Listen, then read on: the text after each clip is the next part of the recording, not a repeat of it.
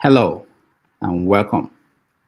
In Tanzania, more than 1,000 people have been killed from days of unrest in the country following a disputed election.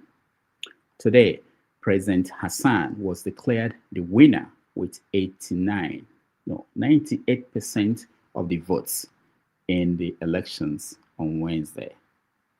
Welcome to 90 Minutes Africa. My name is Rudolph Okonkwo. My co-host, Chido Onoma, is on assignment.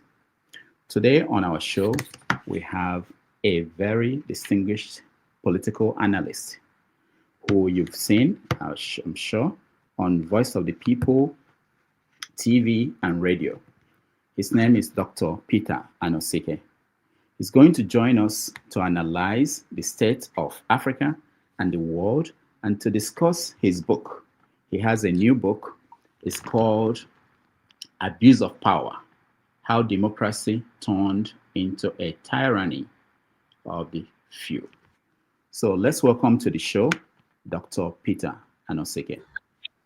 Dr. Anosike, welcome to the show. Thank you so much. Good evening, Nigerian time. Yes, thank you so much. Today we are starting early because last night we did the magic we do in America, which is to change the time. We moved it back. So this is a new time for people in the United States. But we are sure that our people will join us very soon and be part of this conversation. Thank you for making time to join us. Thank you so much. All right. So let me start with things in the news, and that's how we typically start the show. And the first thing is what's going on in Tanzania. We're hearing the news that over 1,000 people, some are saying up to 3,000 people, have been killed in unrest following the election that happened there on Wednesday. So, what do you follow what's going on in Tanzania? What do you make of the outcome of that election?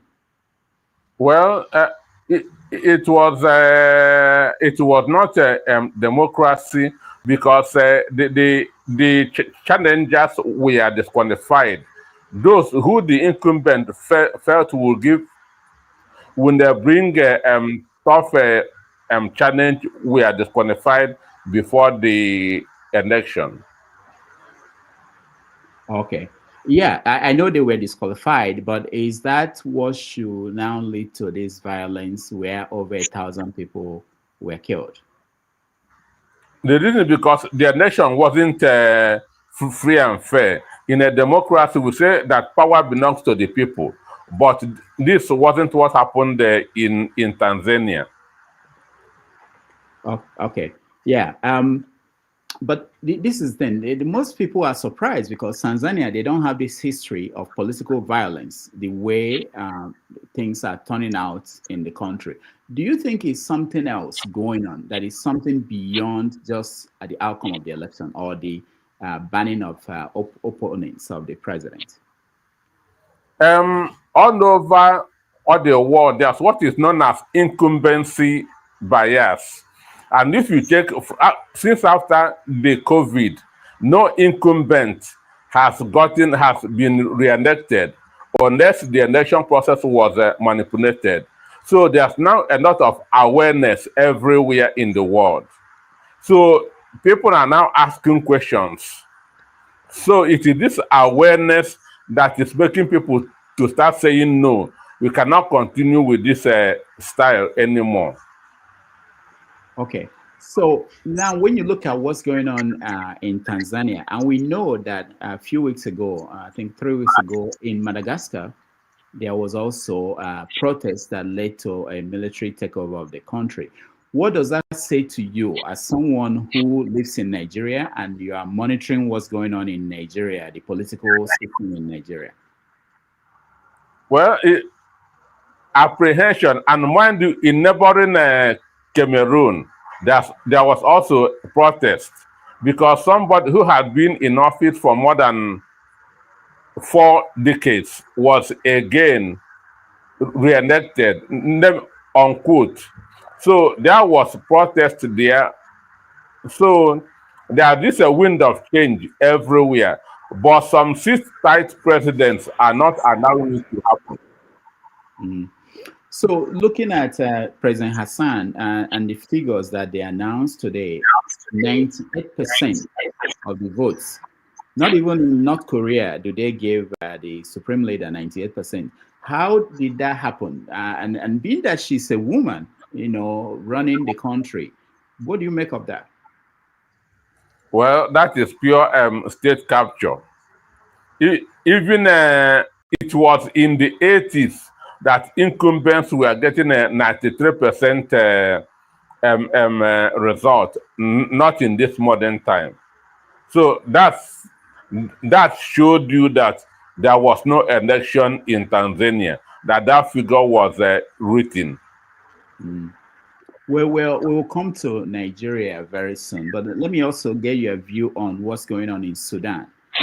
In Sudan, the RS Rapid Force captured a city that was more like the border between them and the military of the country, Al Fresha, I think.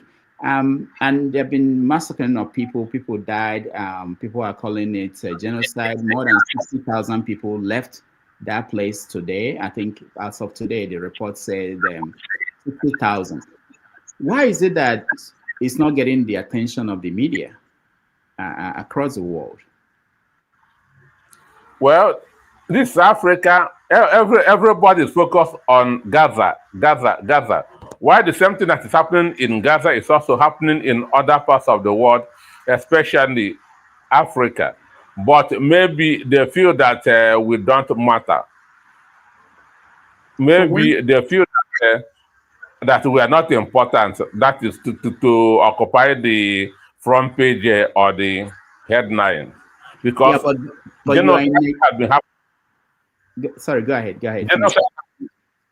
Genocide has been happening in Sudan for a very, very long time.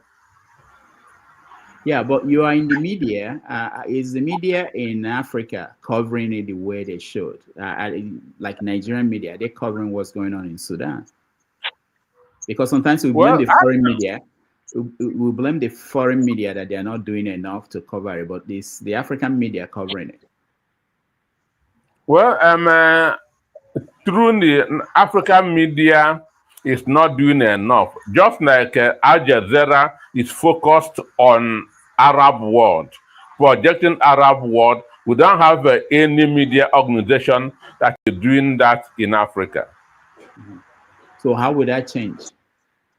Whose fault is that? Is it the who? Do we blame the West for that again? No, this is African problem, and I feel that Africa should have the capacity to solve their own problems. Okay, so let's get to Nigeria, because Nigeria is in the news at the highest level here in America. We saw the tweets by President Donald Trump in the last 2 days. One was when he declared that Nigeria is a nation, a country of concern because of the killing of Christians. He also tweeted yesterday that he will think about sending troops to Nigeria to deal with Islamic terrorism. How is that playing in Nigeria? Well, we have a government that shies away from responsibility. If you check what I'm wearing now, is in sympathy with the good people of Benue State, where a lot of people are being massacred on a daily basis by terrorists masquerading as herdsmen. Understand? So my threat is in sympathy with the people of Benue State, because as I speak, more than 1 million of Benue indigenes are in IDP camp. And what Nigeria government is now doing is building pooling units in IDP camps, which means that they're not to go back to their different communities. So this action or threat of action by Trump, how is the government reacting to that? Well, the latest information now by one of the presidential spokesperson is that Bola Tinubu want to meet Donald Trump one-on-one, but I don't know when that will be. That he wants to, or that there is plan for him to meet. That there's plans for him to meet with Donald Trump one-on-one to discuss the issue. Yeah, but the issue has been in the news for a while in Nigeria. How are people divided? Are there people supporting, saying that there is actually genocide going on in Nigeria, and there are people who are saying that it's not. What do you make of that division? Well, the issue is this: I don't want to believe that government is directly involved, but I can accuse government of inaction or negligence. I can accuse government of inaction or negligence because there's no reason why headers should be walking about with AK-47. There's no reason why headers should be walking around with AK-47. Mm. So you all agree the farmers do you go agree on. that there is genocide in Nigeria, going on in Nigeria against Christians? I agree, but not directly. But government is not directly involved. I can accuse them of negligence or inaction. Mm. So are the church leaders in agreement that there is genocide going on in Nigeria? You know, there's even a division among the church leaders in the country. Why? There's a division among them. Why? But why this is happening? Well, or they are speaking, they have different sympathies, different interests. Understand? But why this genocidal issue against Christians? Why people are saying it is because most of the areas that these killings are happening are Christian dominated, like southern Borno, where Chibok is. Chibok is a Christian community. Southern Kaduna, Benue, Plateau, all these are Christian dominated areas, and that's where most of the killings are going on. Yeah. Now in Benue, I know that you have a Reverend Father as the governor. How has been his reaction to this? What is his position? For me, he's more concerned about his re-election than the killings that is going on in his state. And what about the people in the states? Have they shown any kind of reaction that will say this is where we stand? We can't take this.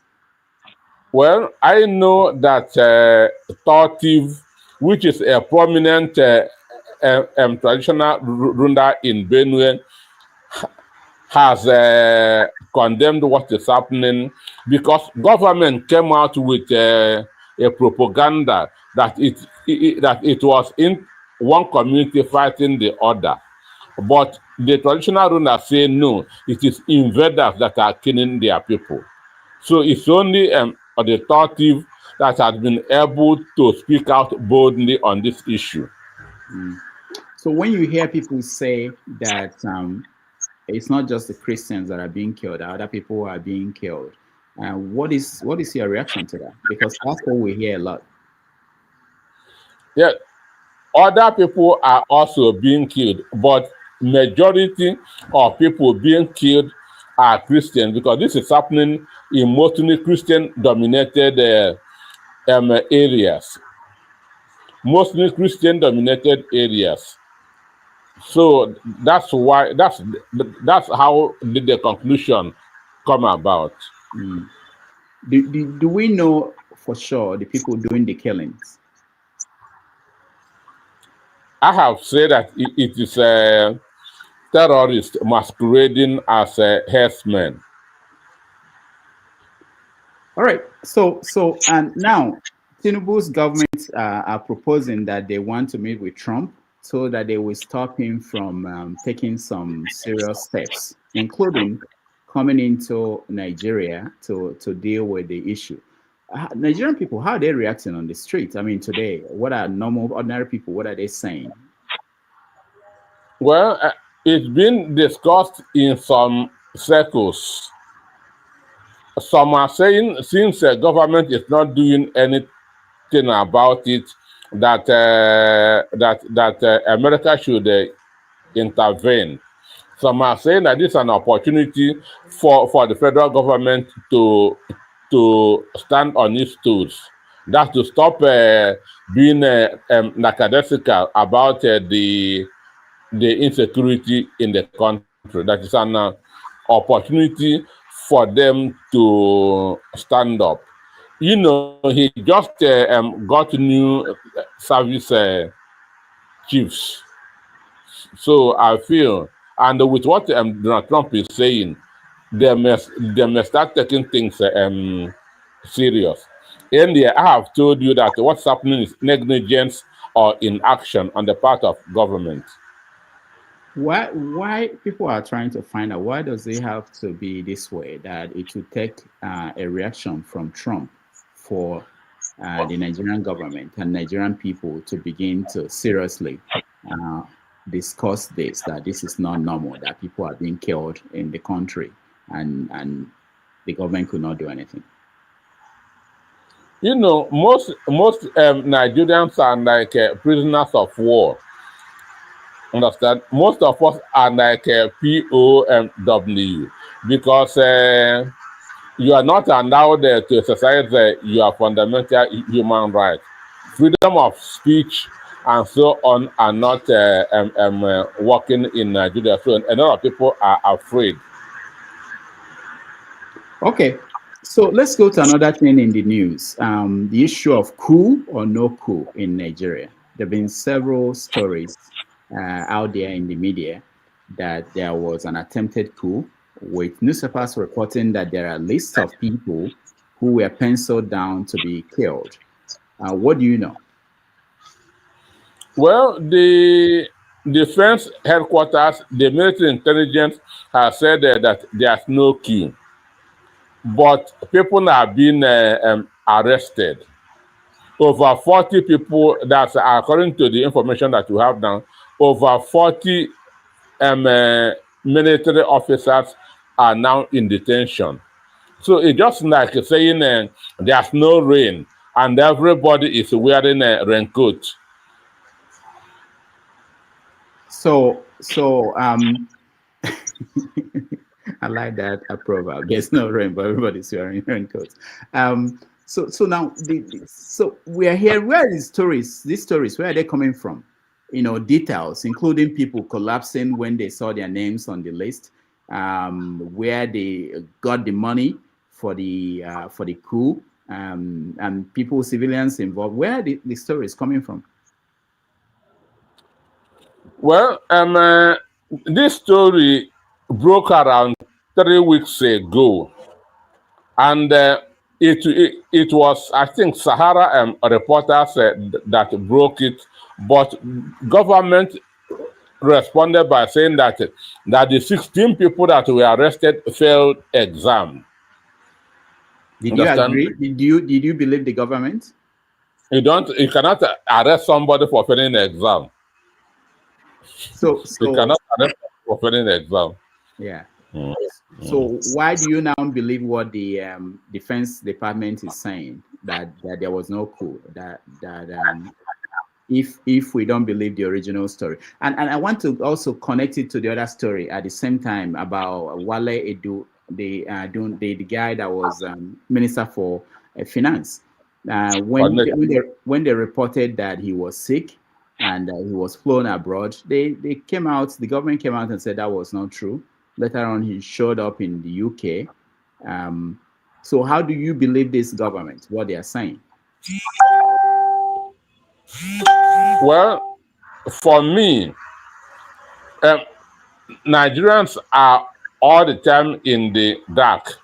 Government is not allowing us to know what is going on in the country.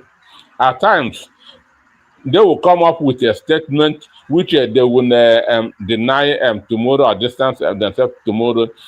In the case of what they do, we were told that he was getting worse in Nigeria and has to be taken abroad, which is not a bad thing because as a human being, we do fall sick. But the issue is this: they always like to keep us in the dark. And when you keep people in the dark, they'll begin to bring up speculations, which is very, very dangerous. Okay. So the other thing in the news in Nigeria is there's election coming up this Saturday, I believe, this coming Saturday in Anambra State for governor. Have you been following? Very well. So what do you think will happen? Well, for me, I see it as a one-horse race. That is, Sonudo is going to get his second term because what he had done in 3 years, his predecessor did not do it in 8 years, and you don't change a winning team. And Anambra has been an Abga state. So what did he do in 3 years that is outstanding? Okay, I was there when he did his 3 years achievement in office, and the number of roads that he has constructed and other things. And again, he said that he has never borrowed a kobo in 3 years, which to me is outstanding. Now, his critics, they've been criticizing how the insecurity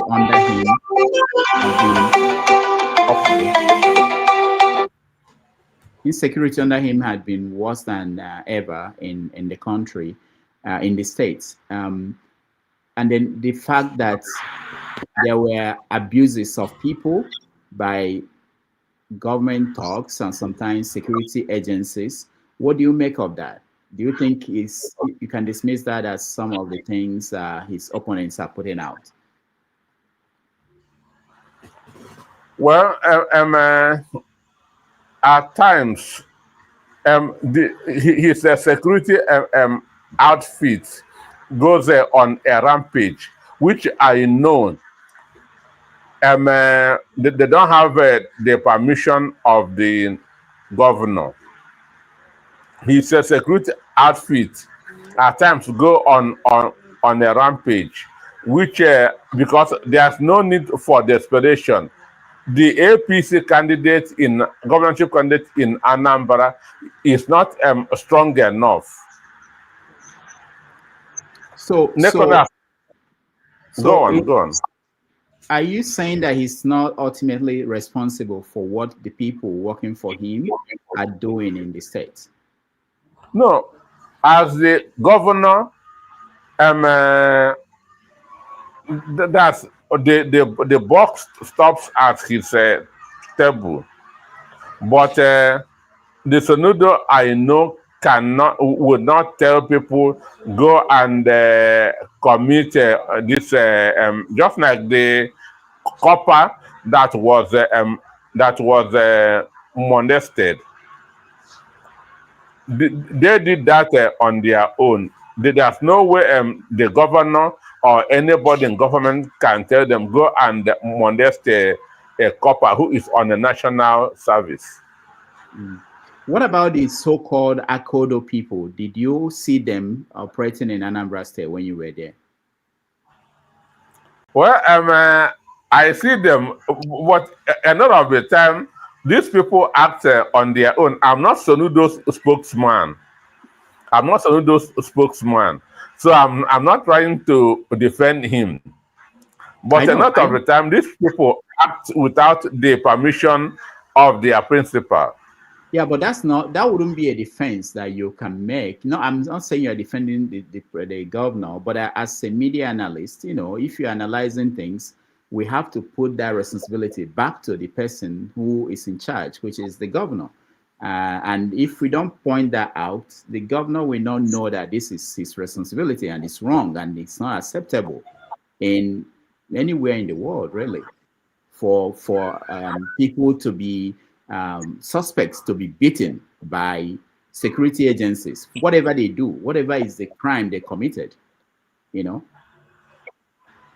Is that getting through to the governor? That's my question. Is that getting through? Because you are influential. You are on TV. You analyze these things, and if you don't pass across that strong message on behalf of the people, I feel that there's a disconnect. Because I saw a video of the governor essentially defending the action, sort of saying that if people stop misbehaving, the Akodo people will not be doing what they're doing. The point is that it shouldn't be. People should not have a weapon like that and use it on people, no matter what the crime was. I agree with you. All right. So the other issue I want to bring up about Nigeria and the election is Peter Obi. Where is he now? Is he still running for president? Does he have a party? What's going on with him? Well, Nigerians are expecting too much from Peter Obi. Where is he? Where is he? In 2020, Peter Obi joined the Labour Party in June of 2022. Peter Obi joined Labour Party in June of 2022, which is equivalent of June of 2026.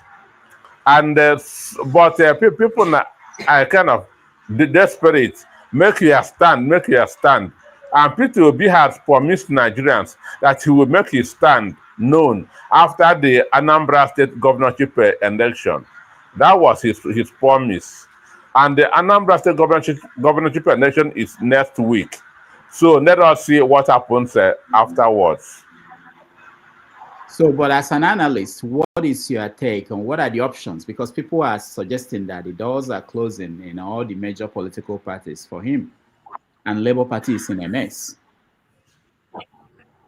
Well, there are 19 registered political parties in Nigeria as we speak. Before 2022, Labour Party was not a strong party. It was Peter Obi and the obedience that made the Labour Party what it is. I know that consultations is going on, and the politics most of the time is silence and secrecy, because people cannot attack what they don't know. So you think this is part of his strategy? I think so. Okay. One more thing. Let's go to Nnamdi Kanu and his trial going on in Abuja. Where do you see things? How will it end? Well, what I'm hearing, even though nothing substantial, because I'm in touch with Sowore's legal team.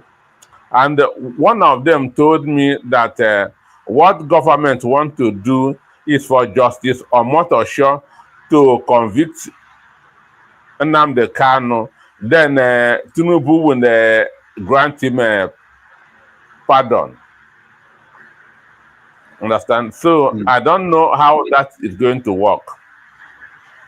Yeah, talking about pardon, there were people who were granted pardon recently, and the government, Tinubu, pulled back on some of the pardons. Why? Why did that happen? Well, many of those pardoned, their offense was state offenses, and some others, they don't deserve it. Like a young man that kidnapped Ozokome. That's Michael Ozokome collected 40 million as a ransom. This guy is not up to 40 years. So why are you pardoning such a person? Again, over 40% of the people pardoned were hard drug dinners. So this is sending a wrong message to about the government. And So, go ahead, finish up. And again, it is also demoralizing the men of the NDLEA who are fighting a tooth and nail that to make sure that these people are caught and brought to justice. Imagine when you suffer and arrest a culprit, government will grant that person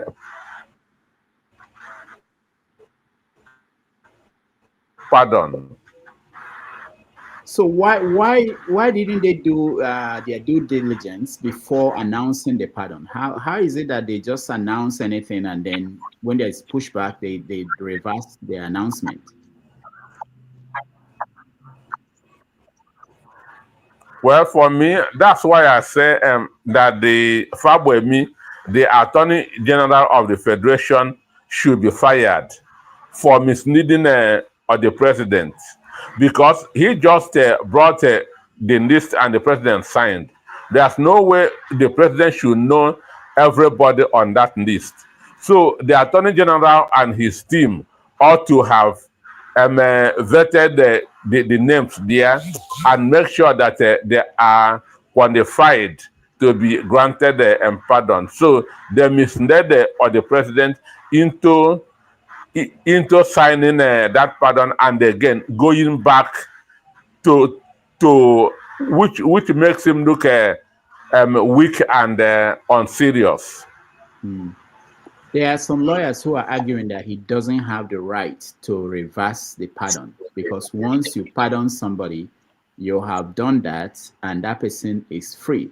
That for you to go back, it means that you have judicial power. What do you think of that? I agree with that, absolutely. Because as the commander-in-chief of the armed forces, his word is final. So having even if it's a mistake, to me, the mistake should have stayed.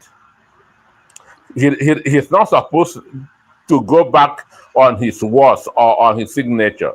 That's my own opinion too. Now, there were people who look at this and they feel that this is at the core of the problem in Nigeria, which is that people are not held accountable. You just said that the Attorney General should be fired, but apparently nobody has been held accountable. Is the media in Nigeria pressing on this accountability in this instance? Well, for me, the grace that you have in Nigeria is social media, because the legacy media have all compromised. Because President Bola Ahmed Tinubu has on 3 occasions held meeting with Newspaper Owners Association of Nigeria 3 times. Understand? One day I sent a story to an editor of a newspaper in Nigeria. He told me that their boss said they shouldn't use a story that is against the president in Nigeria. What president? This current president? This current president. All right. We are going to take a break. When we come back, we talk about your books, the work you do, the media in Nigeria, and all the other things that are related to that. And then we get our viewers to join us in a conversation with you. Again, thank you everybody for joining. We are talking to Dr. Peter Anosike, who is an analyst in Nigeria with Voice of the People TV and radio.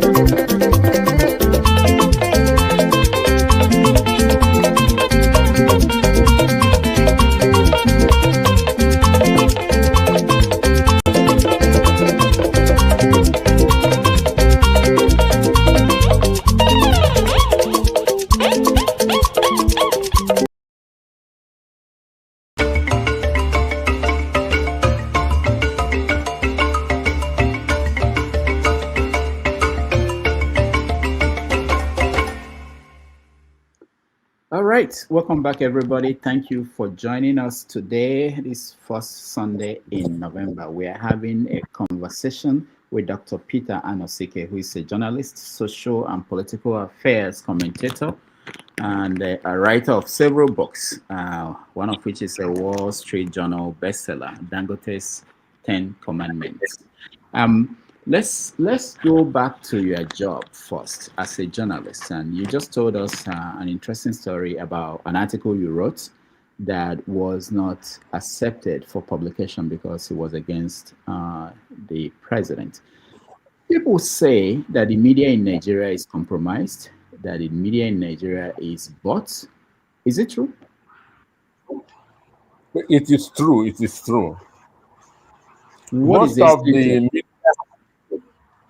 the media houses, newspapers, are owned by the members, by the people in the opposition. I can name them. Like which one? Because most regular people don't even know the owners of newspapers and TV stations in some cases. But those people decide how the editorial will go. So give me an example. An instance, some newspaper is owned by Ojos Okando. Understand? You cannot condemn APC in the Sun newspaper. Then Nation newspaper is owned by Bola Ahmed Tinubu. National Mirror is owned by Jimo Ibrahim, who is a senator under APC. Tinubu is a shareholder in the Punch newspaper. On and on. What about Vanguard? Guardian? Guardian is owned by the Iburu family, and they are sympathetic to the ruling party. So the TV, how is the TV stations? How are the ownership structured? One, I can say the only two television stations that I can say is independent by the day is just Arise TV and VOP TV. And mind you, last year, Arise newspaper gave Bola Ahmed Tinubu the Man of the Year award. So you can understand what that means. That's Arise TV. Then Silverbird is owned by Murray Bruce, Ben Bruce. And Ben Bruce is a member of APC. What about channels? Channels? Who owns channels? Channels are working for the government. So channels are working for the government. So what is the avenue now left for the opposition to air their views?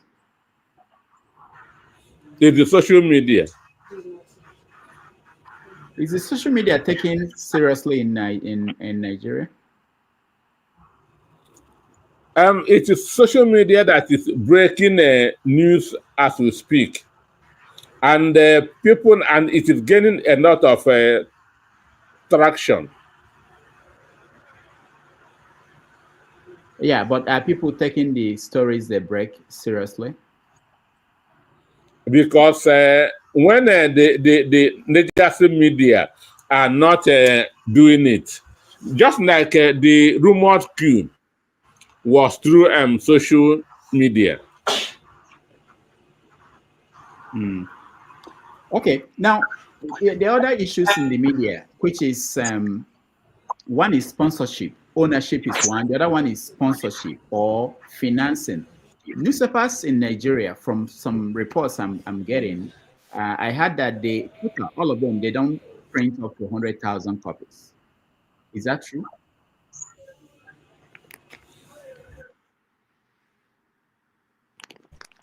Anosike, can I you hear me? don't get you. I You say heard that what? all the I'm newspapers in Nigeria, not- that the total print copies every day is not over 100,000. Is that true? It is true because social media has and online medium has eaten into it. How are they then paying for their staff? How are they paying for people who work for them? Well, some are paying, some are not paying. In short, most of the media houses today are owing their staff, and some are laying off staff too. You find people also talk about when foundations support media houses in terms of giving them grants.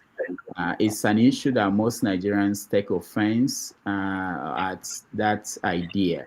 What do you make of that? Since the paper is not profitable and people are not paying to buy the newspapers and they have to pay people, they have some newspapers, they'll have up to 300 people working for them at this current time.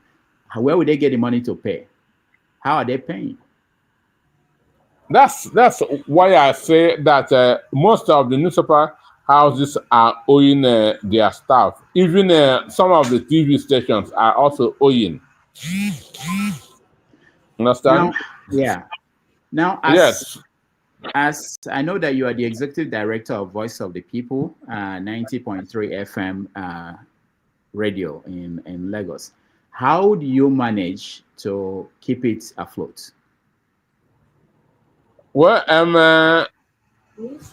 one VOP TV is about 2 years old, and we have to minimize the number of our staff so that we'll be able. And again, we are paying what we feel we can pay. Understand? We are paying what we feel that we can pay, and the owner is not a politician. So that is it. I was watching Nigerian TV with a friend last week, and there were anchors on the screen, and he said that these anchors that they are taking home over 500,000 naira every day. I Every found day. that every day. I found that outrageous. But you are in the industry. What is the pay like? Well, people are just struggling. That's the right word. People are struggling. I don't want to demarcate some of these stations, but even though the high and the mighty in Nigeria are owing, and with regard to media houses. So, do you then think that Nigerian people are expecting too much from the media if they don't have the money to cover the country? Not to talk about if they can't pay the workers, they can't cover the country. So, for instance, if something is happening in Port Harcourt and you are in Lagos or you are in Abuja, you have to fly there to cover it. You have to stay in a hotel and then you have to go back. Where do they get the resources to do these things? Well, I can say that is not happening. Nigeria is grossly unreported. What is happening in Nigeria is grossly unreported because the manpower to do that is not here because of how tough the economy is. All right. I know that you studied philosophy in Nigeria at the UNN. Were you there when P2B was studying philosophy? No, P2B was ahead of me, but it's Okay. his teacher that taught him that teach me too. Or the same teachers that taught him that. So what is it like, the department of philosophy? What do you guys get? What did they teach you there in that department? Well, P2B is practicing what he was taught, because in philosophy, we were taught beyond materialism. And that's material consciousness shouldn't be a priority to you. What should priority to you is a service to the people. Yeah, but P2B is a billionaire. Are we questioning that? His lifestyle, does he show a billionaire? No, but at least he made the money. I was thinking that, they teach you not to make the money, that you don't need money, but obviously he made the money. So no, you make money to be of a service to people. What a hungry man needs is food, not prayers. Okay. You also have a master's degree from UI in development economics. What is that about? What is that supposed to help us with in terms of I don't know development? What can you specify for those who do not know? What is the focus on that? Nigeria is a developing country, understand? And a lot of things are not structured in the country. There's a saying that there's no poor country, but poor management of resources.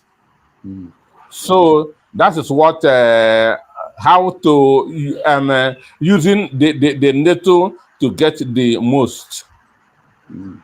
So will development economics, will it suggest that we should borrow money the way we are borrowing money now, because we need to build our economy, expand the economy? Is that the kind of idea that you learned at UI? Is that the kind of thing they teach? Never. Or the issue is this: one, there's nothing wrong in borrowing. The most important thing there is, what are you borrowing? What are you going to do with the money that you borrow? Understand? If you borrow and invest, it is good. But in Nigeria, what is happening is that government borrow to share. Understand? So that's what makes it bad. Really, there's nothing wrong in borrowing, but you have to borrow to invest, not borrow to share. Now, in January, there will be a tax increase.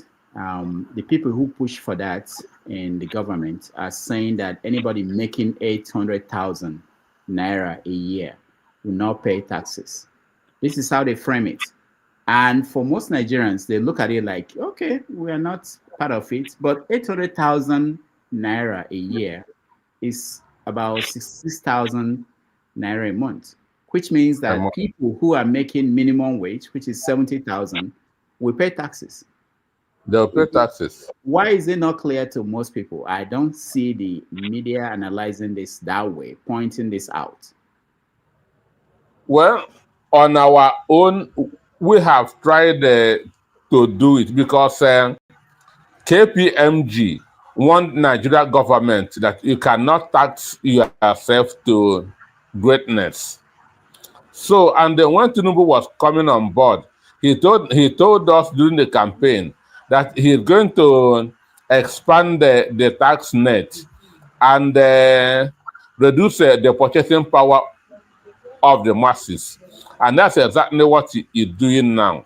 Because even the minimum wage of 70,000 naira, the value, when civil servants were earning 30,000 naira, they were better off than now, because inflation has eaten up everything. Understand? Okay. Yeah. Let's go to some of your works, the books you've written.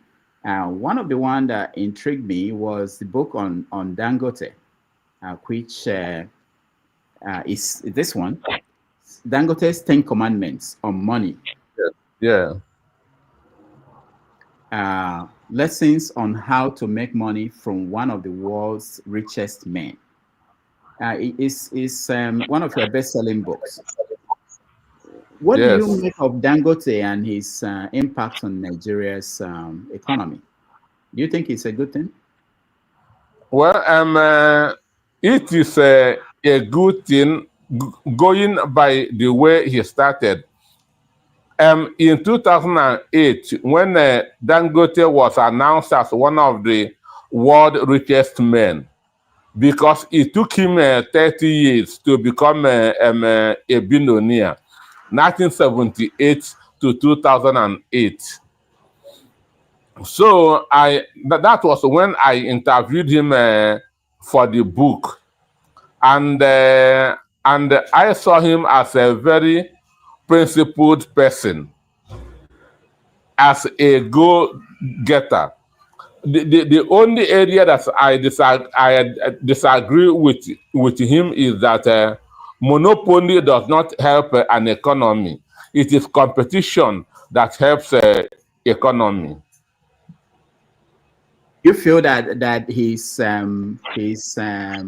he has these monopolistic tendencies in his approach to business. That he has it because he has a large purchasing power, so can put anybody he wants out of business. It is not easy to compete with him in Nigeria. Is he getting help from governments? The government? Is the government pushing for him to be the primary businessman or entrepreneur in Nigeria? Do you think from your Um, own side? that question has been coming on and on. The truth is that anywhere in the world, once you have more than 10,000 workers, government takes you serious. Government supports you. So that's the truth. And he has, as we speak, he has over 50,000 work people on his payroll. So imagine if such a person should go down, the number of people that will be thrown into the unemployment market. So not just in Nigeria, anywhere in the world, once you have more than 10,000 workers on your payroll, government will take you serious. Recently, the Nigerian government just, I think Tinubu approved a 15% tariff on imported petroleum products, or I think it's petrol.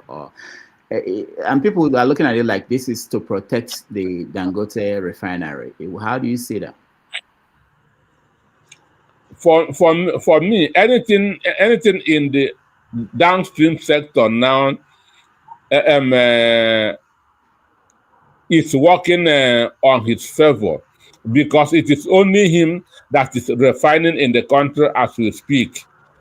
We know that Bua, which is building his own refinery in Cross River State with over 450,000 barrels, is about 70% completion. So, but it has not started. So people are saying that Dangote should be protected and so on and so forth. But for me, it is competition that develops an economy, not a monopoly. As a development economist, will you say that like what happened with the cement industry in Nigeria and the role that Dangote played? Do you think it was positive or negative?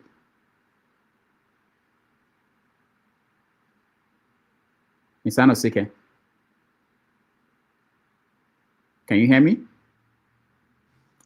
All right, I think we lost him, or is frozen. We are going to come back and we will bring in our guest again, and then people who are watching who want to join us in this conversation with Dr. Peter Anosike, who is a journalist, analyst, development economist, and he has written several books, one of which is a new one that we are actually going to have him talk about, because it's actually connected to what is going on today in the world. It's called Abuse of Power. Abuse of Power: How Democracy Turned into Tyranny of the Few. That's his new book. When he comes back, he will talk about that, and then he will take your questions and comments on this Sunday, first Sunday in November. Again, thank you so much for joining us. Let's take a little break, and we'll be right back with Peter and Anosike.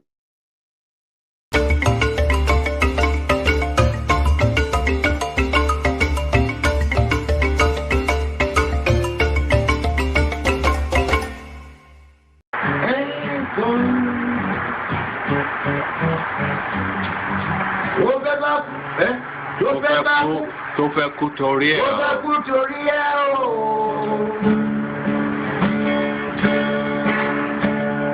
Ọwọ́ ẹni ló ti ṣàánú kọ́.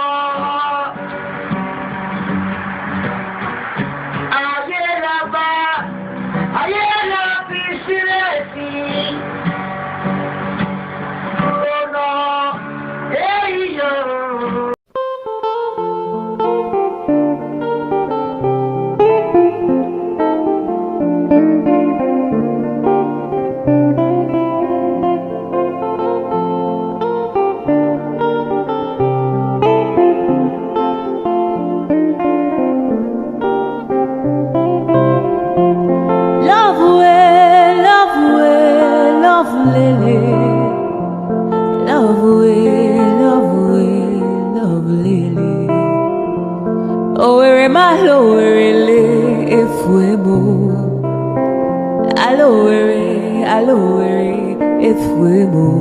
I am adure lele, adure lele. Idu kwa samaka onyoma odika powder. Idu kwa samupu onyoma odika fomu. Idu kwa samishi onyoma odika pilo. Oh lo lo lo lo, aturubu ebule wakawa iwariwo. Ice. Rosa Olerio, Rosanna Olerio, Rosanna Olerio adikadimba. Adure Oleri, adure Olerio. Adure, aturubu ebule wakawa iwariwo. Adure, adure lele, adure, adure lele. Idu kwa samaka onyoma odika powder. Idu kwa samuku onyoma odika fomu. Idu kwa samishi onyoma odika pilo. Oh lo lo lo lo, aturubu ebule wakawa iwariwo.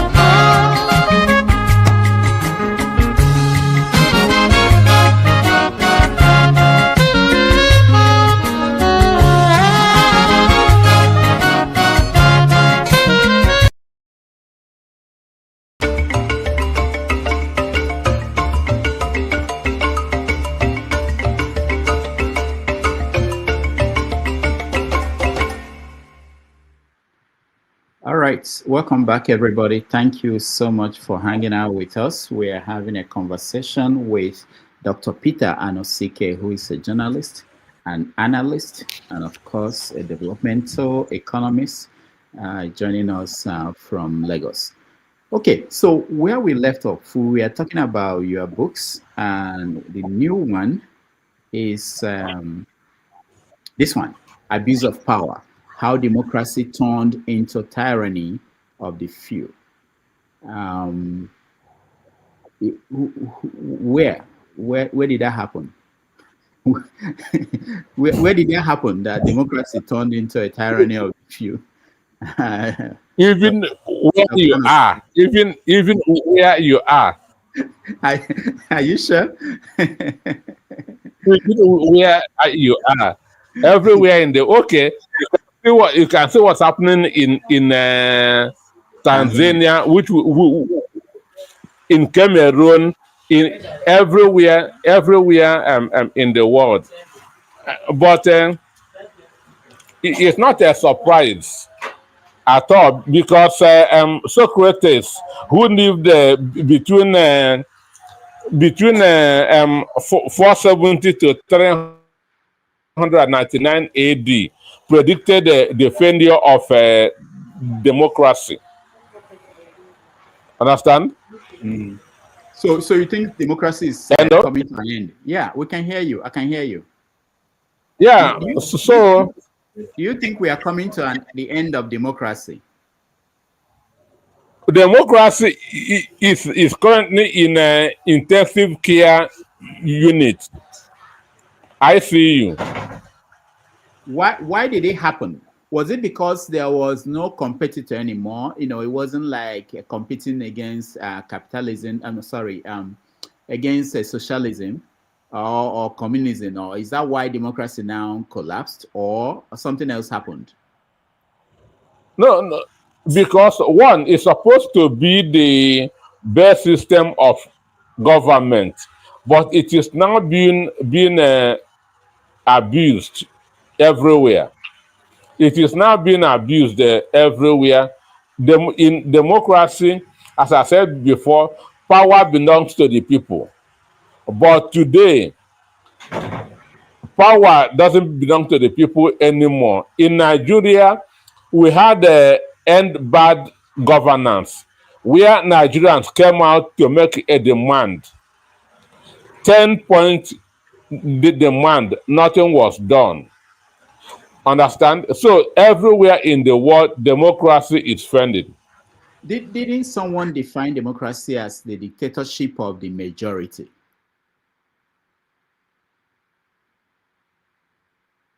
Ms. Anosike? All right. Our guest, the internet is frozen again, which is something we have to deal with. But I think at this point, I should bring in people who are in the studio. I will bring you in when next he reconnects. We will get a chance to talk to him, ask him questions about his books. For those who may want to buy any of his books, they are all on Amazon. This Abuse of Power, How Democracy Turned into Tyranny of the Few, is on Amazon. America, I'm sure it should be on Amazon, Nigeria, UK, and other places. Then there is the Dangote book.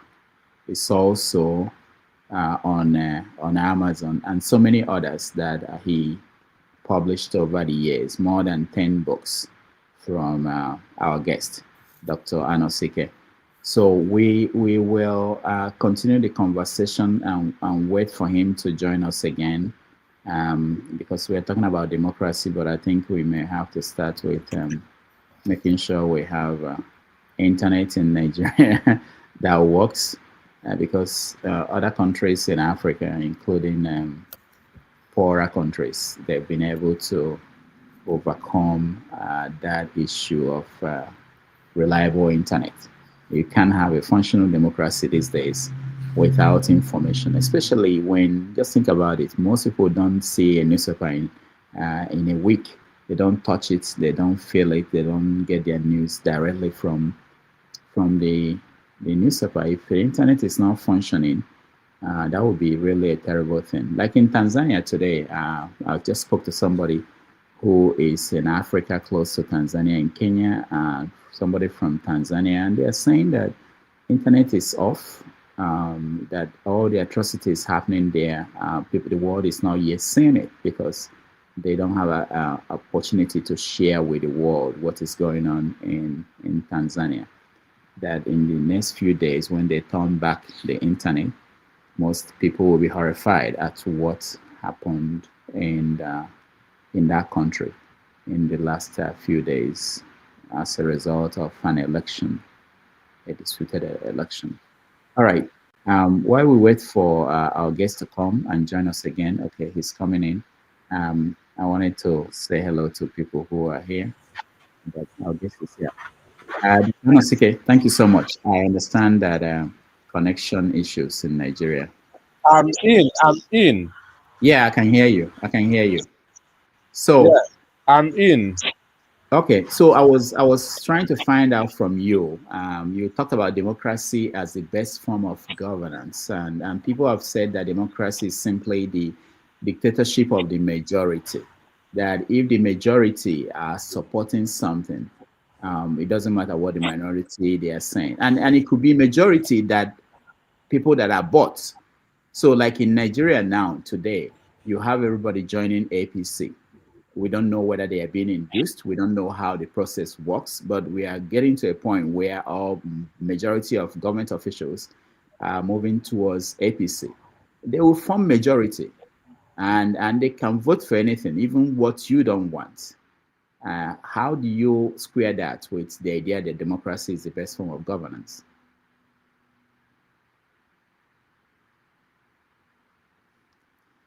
All right. We spent time. I think it was Ovie that said we should, instead of demonstrating against police brutality, and we should start with light. Maybe we should start with internet. We should get internet right in Nigeria, so that we can have conversations. Let me welcome people who are here. Thank you, Righteous Man. How are you doing? Righteous Man, can you hear me? Okay, I was about to say that maybe when we have guests next time, they will go to Righteous Man's house and stay there for the interview, since his internet is so good. But I can hear you. You can hear me, okay? Okay, good. Yeah, good evening from here. Yeah, how are you, Righteous Man? Fine. It's a beautiful Sunday evening right here in the city of Lagos. Okay, nice, nice, nice. Thank you so much. Let me, while we wait for Anosike, I saw him coming up and he just dropped again. Let me go to someone I think I know who is here in the studio. I want to believe is my classmate. Let me see. Let's see if that is what I think it is. Steven. Hello? Oni? You are muted. Can you unmute yourself? Okay, let me check. Is this Oni Okodike? Yeah, sure. All right. Sure. Wow. Nice. Can you hear nice. me now? Yeah, I can hear you. Nice to see you. Fine. I went to. How you do? Good. I went to Futakura with Oni a long time ago. So it's nice to see you. You're welcome. Yeah, Oni, you are in Plateau State. You are in Plateau State, Jos. Sure. Okay, okay. So thank you so much for joining us, and it's amazing. I will. I know we have to talk about the book you are writing, and maybe one day you'll be our guest on this show when the book is out. But thank you for joining. It's nice to see you. You're welcome. Okay. Welcome. Comrade Omoyele, thank you so much for being here. Yeah, good morning, Dr. Damages and other panelists. My greetings, my best regards to all our viewers across the globe, home and abroad. Thank you so much. It's always a pleasure, it's always a delight, to be here. This is the only platform that gives people opportunity to air their views, hook, line, and sinker, no matter who else is God. Kudos to you, Dr. Damages. The only detribalized Igbo man I've known all my life. Thank you. Thank you Some so people, much. some people feel you are not Igbo enough. Yeah. Yeah, it's We all shall right. come to that later. It's all right. Maybe you have identity problem. Yeah, I do. That's why I play funny identity every time. KJ, welcome. Thank you so much, Dr. Damages, and I also want to appreciate your guest, even though it's off the screen right now. Dr. Anosike have been doing a great work in Nigeria. And then to Comrade, Comrade, you didn't think I'm tribalized too. I'm the same thing with Rudolph. If it I doubt me, didn't know go you were and there. I didn't know you were there. ask I didn't know you were there. My apologies. My apologies. I didn't know you were there. My own case even worse. At least, for Rudolph, they say stabilized. The North is not accepting me. The East is not accepting me. So I'm nowhere in between. So, so that's the situation we find ourselves in Nigeria. But I welcome all of you. I'm sure that Dr. Anosike, we do good. I mean, I listen to him. I've listened to him, and I know him, and he's quite apt. Rudolph, I was not surprised when he said the thing about the only thing he didn't add because he was trying to protect the Nigerian media space. The only thing he didn't add that when you are giving your ID card, they tell you this is your license to go and get your salary. If you don't get that's your business. Don't come back here and ask for something. Wait. I worked in 2 media houses in Nigeria. Nobody ever said that to me. You worked in a media house that had grant coming. No. I don't mean abroad. I'm talking about in Nigeria. I don't just want to mention them, but if one of the biggest media personality that works in AIT, I will not call his name. Okay, that was the only way he was being able to pay his set. He goes, does his interview, gets the money, takes off his salary, and then pays the rest in. I mean, I'm saying this, and I'm calling AIT. Wait. Pays what in? Do you collect money for interviews? What are you talking about? Okay, now majority of the prime time news interviews in Nigeria are paid for. They are not guests. Wait. So the only time. No. I'm hearing this for the first time. No, seriously. I'm not losing. Just let me explain. The only time you don't pay is when the TV station invites you. But if you are famous and you say you want to give us information, you pay for the time. You come in and pay, and they'll tell you. It's not just paying anything. There's a lay down this thing for it. I'll give you an example. Weekly this thing or monthly whatever. It's over 10 million that he pays for everybody going to be there. So that's why they can't afford to ask him questions. Even if they want to ask him questions, they can't because he's paying them. And as a journalist, that's a free money coming in. So why do you want is he paying the reporters or paying the channel? He's paying the channel. Okay. He's paying the channel. For airtime. Yes, you pay the channel for airtime, and then the channel will the channel will build in every person who's going to be there. If they're going to have 2 journalists, 2 cameramen, or 3 cameramen, or 1 floor manager, whatever they're going to, they'll build it all into that. So for you as a producer, you know that at least that month your salary is secured. So even the person is going to talk rubbish, you want to let him talk all the rubbish, just like they allow Wiki around, insult everybody, But I'm sure that if he came to their program, they will press him more than just allow him just drop whatever he wants to drop and leave that. That's the difference. And I think Mr. Anosike is on point. He just doesn't want to, he doesn't want to beat them too hard. All right. Thank you. He's back here with us, and let's see if we can round up the comments and question session with him. Dr. Damages, after you finish marginalizing not so young old people, Abby, don't worry, continue. We'll soon know everything about you from Mr. Steven. All right. Dr. Anosike, can you hear me? Dr. Anosike, can you hear me? Yes, I'm with you. All right. Yes, I'm hearing you. Okay, let's go straight to the questions and comments. Let's start with Femi, who complained that he's been left out. Femi, welcome. You're first. Okay, thank you.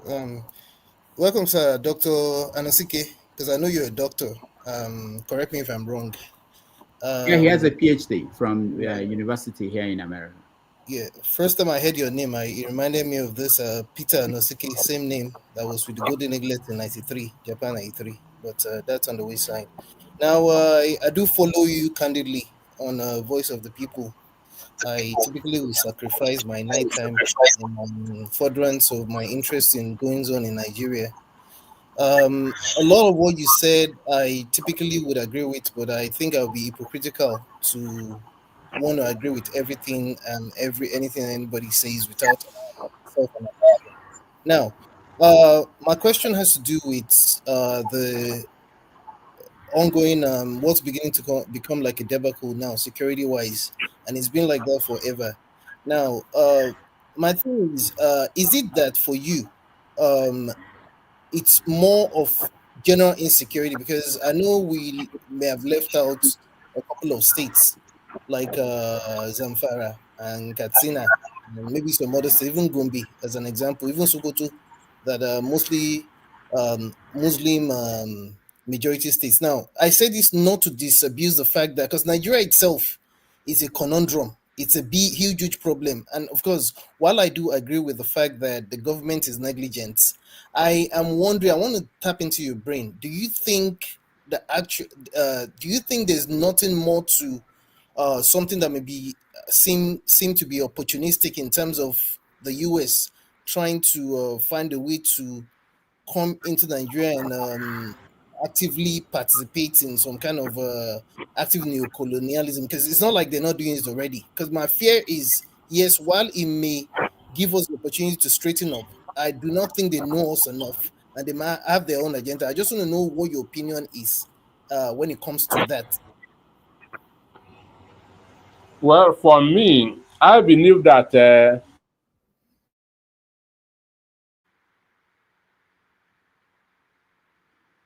All right, it's going to be a long day. Anosike, we can hear you. This in African reasons. I believe that some of these Western countries are helping to contribute to the insecurity in some parts of Africa, especially for mineral resources. Check what is happening in Congo. And we have heard that what is happening in Borno State, that there are some syndicates, foreign syndicates, that are involved. So it's not just an African thing. Imagine Boko Haram that are now using drones. What does that tell you? All right. Thank you so much, Anosike. Let's go to, I think, let me make sure I follow the sequence that people came in. Stephen, go ahead, you are next. A comment or a question for our guest. You're muted. Can you unmute yourself? Okay. The line is breaking, Doctor. Yeah, Stephen, can you unmute yourself? Yeah, can you hear me now? Okay, good. Yeah, go ahead. Yeah, just like the last speaker said, that there are concerns about the Western countries having interest in African mineral resources. Or repeat what you said. Can you hear me now? Yeah, go ahead. I said, just like the last speaker said, there could be a suspicion of the Western countries having interest in our mineral resources as an African nation, but then I still feel the leaders of the African nations should be able to put their house in order and avoid such kind of interruption and intervention from the Western countries.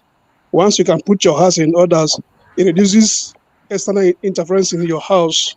So my take is that we should try as African leaders to put our house in order to avoid such interventions coming up anytime in the future. So, Dr. Anosike, did you hear him? For me, I believe as European countries have NATO, Africa needs to have a standing army to fight against all these insecurities, like in Sudan. All right, thank you, Stephen. Dr. Anosike, are you saying that if standing army is going to come to Nigeria, the Nigerian people will accept an African standing army to come in and help us to deal with Boko Haram? for me, that's if it's agreed among the AU countries that we need just like what is happening in Congo now with the M23. If we have our own standing army, they can move in there and help to quench all these things.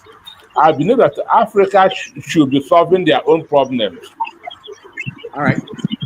Thank you. Righteous Man, you're next. Yeah, Dr. Anosike, good evening. I'm one of your listeners in VOP. And it interests me when you speak. You are one of the fearless journalists and the media personality we have in Nigeria today. So proud of you and your work. We continue to pray for the radio station and TV station. Now, my question is this. You've given Professor Charles Soludo a pass mark based on the things you've seen him achieve. Don't you think that Soludo is laying the foundation of the demise of ABGA? Being that he romances with the APC in the night and at the daytime is an ABGA person. Just like what is happening in PDP today, some individuals laid the foundation for the demise of PDP, which is not far-fetched. Don't you think that if Soludo wins this next election, he will certainly defect to APC, and then that will bring the demise of ABGA in Nigerian politics? Number two, do you think that a man who failed to put his house in order, who continuously and erroneously disturb the peace of others, but the neighbors cannot intervene to stop such disturbances? What is happening in Nigeria for the past 10, 11 years, 15, going to 20 years, we have been disturbed by these Boko Harams and insurgency. Don't you think it is good for those who think they can solve it to come and help us and sort our problems out? Thank you. Yeah, thank you so much. Well, for me, I'm seeing Soludo as APC in spirit, but ABGA in the body. Because right from time, Soludo was in the economic team of Buhari. He was in the economic team of Buhari, and he has also been doing business with Tinubu. But ABGA has not really helped themselves, because ABGA has just made themselves Anambra party. They don't want to go to the national. Imagine their national chairman, from Victor Ume to Victor Oye, from Victor Oye to Sylvester somebody from the same state. So this is not how a national party should operate. And if Soludo, so that every Soludo may go over to APC, because if you want to aspire for a national position, you cannot do it under ABGA, because ABGA has knocked themselves inside Anambra State.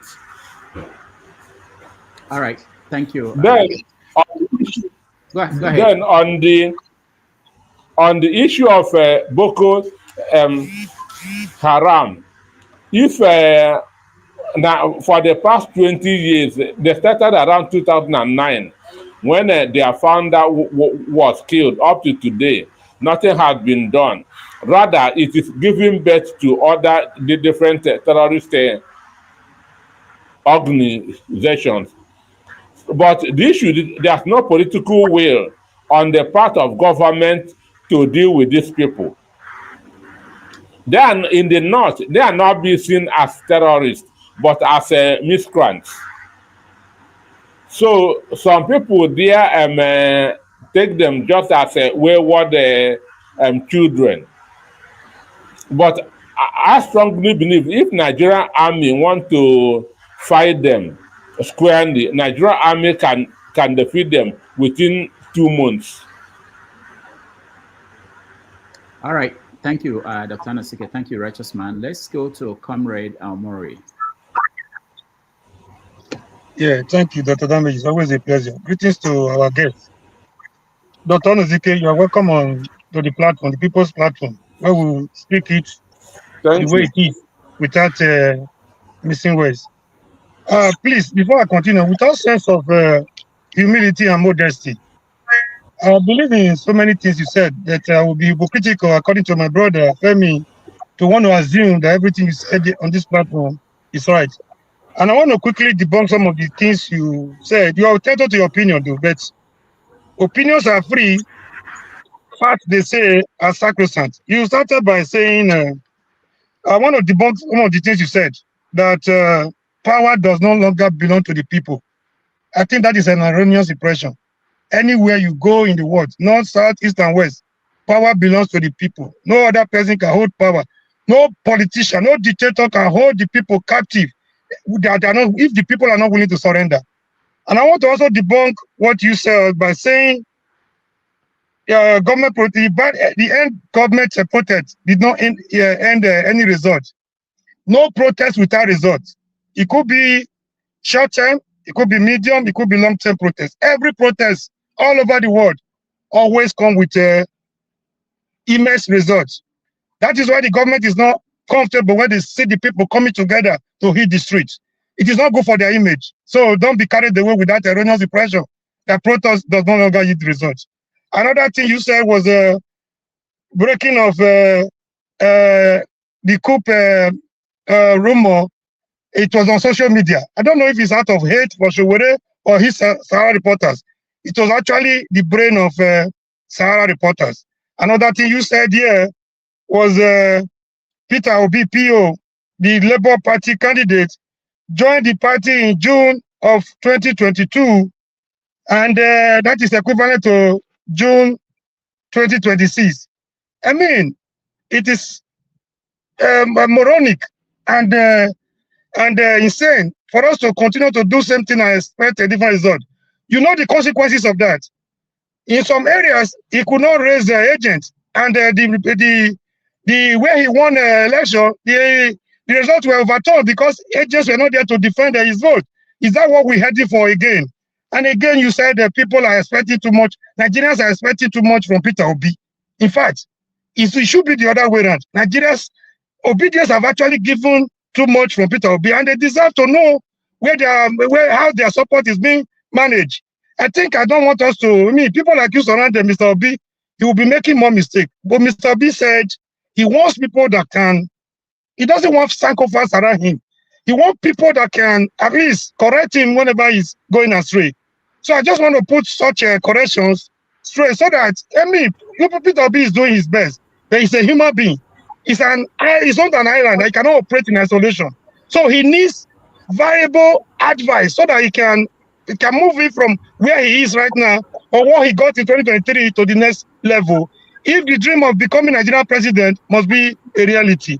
Another thing you said that shocked me to my bone marrow was that am I missing that? I was jotting a lot of things, and it's enough to write 10 books. What you said today, if I have my time, that Peter Obi is not materialistic or something. Being materialistic is not a sin, it's not a crime. Even as a student, he said he was already a millionaire, a billionaire. So what could be more materialistic than that? So I am not here. This is not about Peter Obi today. And this is, I'll go to my question right now. You said it's always easy for us to blame colonialism, our problem of colonialism, new colonialism, Western imperialism, the bad political rulers, But we always try to blame the problem we cause, the damage we do to ourselves on daily basis. I give you a vivid example. Recently, Sowore felt the incarceration of the Kanu for 10 years was inhuman and was unnecessary. So he felt an injustice to one should be an injustice to all.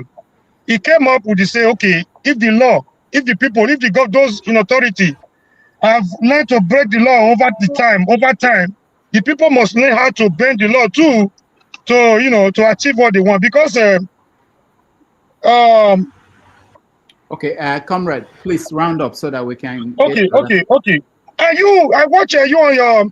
This is my question. I have a lot of reports to make on the utterances he made, but time will not permit me because a lot of people are waiting. I watch you yourself, Mr. Dality, and Esther on the VOP. All you guys were doing, we're coming together on daily basis. You guys were not concerned about the objective and the aim of the protest. If we could help, if we could put those that are putting the kind of incarceration unnecessarily, if you could put them on their toes, if you could also garner some international support and local support. All you were doing on a daily basis, we are more concerned about the organizer of the protest, which is Sowore, not getting the credit than the objective he was trying to achieve.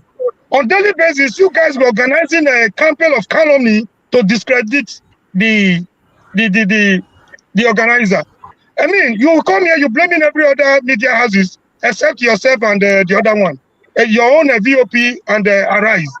I mean, do you think what you did to Sowore, instead of focusing on the message, you focus more on the messenger, just on tribal, based on tribal and unnecessary sentiment? Do you think you were being fair to Sowore and his Sahara reporters? Thank you. Thank you. Okay, I want to say something. Excuse me, sir. Hello? Yeah, go ahead, Dr. Anosike. Sowore has been my friend for the past 30 years. It means that the Comrade doesn't listen to my program. Even this book, Abuse of Power, was dedicated to Sowore. The book Abuse of Power was dedicated to Sowore, Chima Obani, Bekoram Sinkuti, and Bamidele Aturu. The book was dedicated to Sowore, and at the back of the book, Sowore made a comment. So there's no, and if you have been listening to my program, I said if I'm in Abuja, I will be part of the protest. I said so. I said that the Cuban revolution was led by somebody from Argentina, Che Guevara. So there's nothing wrong with a non-Igbo leading or the protest for the release of Nnamdi Kanu. This is what I was saying on air. So it means that you have not been following me. So what I have been, I said my book, Abuse of Power, was dedicated to Sowore. At the back of the book, Sowore made a comment. Understand? I and Sowore will speak almost every 3 days. So there's no way I can be against him. All right. Which means you're not part of what Dality and Esther were doing on daily basis, trying to castigate Sowore and bring it to more tribal, frivolities. I am not part of it. I am not part of it. My dear, apologies. All right. Thank you so much. Let's go to KJ.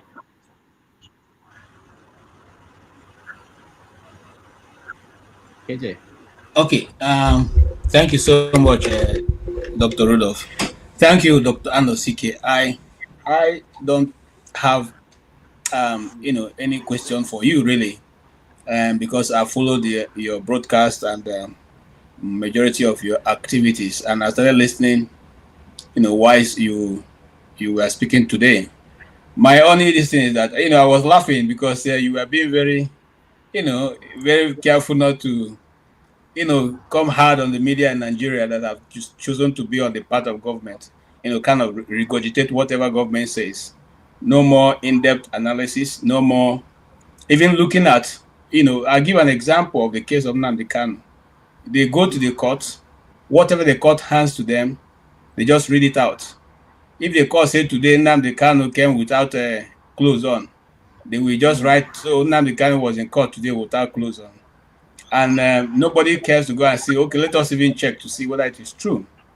So, and then you have been in this media circle. My question would then be, if I really have any, is why does even the simple things, the very simple things, I give another example, the genocide issue, that even it is the media, and I'm sorry to mention them, one of these reporters in Arise News, which you referred to, with the nightly episode, was even defending when the secretary of the Middle Belt Forum was in the program. He was the one defending the position of the somebody who is in the place where this thing has been going on for more than 10 years. He is even defending that what the guy was saying is probably not correct because, there may be a reason. So I find it a bit irritating. So that's the right word. When the media goes to be the ones to read. I understand again the policy of saying government don't want you to discuss it, but you can allow the people, your guests, to air their view, since it's their view, and other than trying to tackle them and even trying to make whatever they're saying to sound, like it's not important and just their own idea. I appreciate the work you do. Sometimes I fear for you people, because I know it can be this thing. But if you have anything to say, I just want to appreciate you. It's not easy. I know it's not easy. You say and do, and you have family. I mean, the reason why I run now because of my family. I never ready to go. So, but you are very brave, and the way you tackle this issue, I want to thank you. Thank you, sir. Thank you so much. All right. Chim, you're next. Good day, Mr. Anosike. So is it Mr. or Dr. Anosike? Dr. Anosike. Dr. Anosike. Anyone. Yeah. All right, sir. I didn't watch you when you gave your expose, but I just joined when the question started. But I kind of have an idea where we are. So I have both a question and a comment, if I'm allowed. My question is this. Nigerians suddenly, everybody is screaming unity and conspiracy all over the place. So I keep hearing this conspiracy of an interference of the Western world, which is becoming the norm for us. We're reading one book or the other where there's someone is telling us how CIA is working or CIA is not working. But this is my question. One of the guys who was accused of this supposed coup against the current government, had been court-martialed in the army for selling ammunitions and vehicles and stuff like that. So is it possible that these drones that we say, or equipments, as it were, that Boko Haram has access to, that is willing saboteurs within the system selling or giving out national assets to be used against the nation? And it is not that there's any Western nation anywhere giving it to them. This is people in government willfully giving out what should be a national asset to be used against the nation. That's my question. Because I think, personally, I'm getting tired of pointing fingers at other people. Now, it now brings me to my comment, which ties into this. People won an election. And during elections, I know people always say, oh, this election was divisive. Elections are designed to be divisive. Once there is a division, two sets of people competing, it's divisive. It doesn't matter which part of the world you live in. Elections are divisive. It pitches one group against the other. So this comment I keep hearing is actually, I don't know what to define it. Elections will be divisive. What we expect is that after the elections have been won, the person who wins brings everybody together to say, okay, let's settle our swords. I am for everyone. We were in Nigeria in 2015. Somebody said he will not give people who gave him 7% as against, even though his math was wrong, there was a 95% versus 7% or whatever it was. 97.5. 97.5. Thank you, sir. Now, imagine that same person being in the saddle of office, for instance, and then a foreign nation wants to attack you, and he's now expecting the 7% to suddenly become patriotic and fight against the invasion. Because that's the same thing that is happening. Somebody won an election. He took it in bad faith that in what was supposed to be an enclave, he lost an election. And since then, he's been going on a decimation of the group he perceives is creating problem for him in that enclave. Suddenly now, I'm reading all over the Facebook and everywhere. people are saying Nigerians unite. How are you going to unite when you use your hand already to create a division within the same country that suddenly people are coming to fight? Please explain that to me, because I see people coming here and nobody is reasoning to say, you know what, we created our own problems. Dr. Anosike.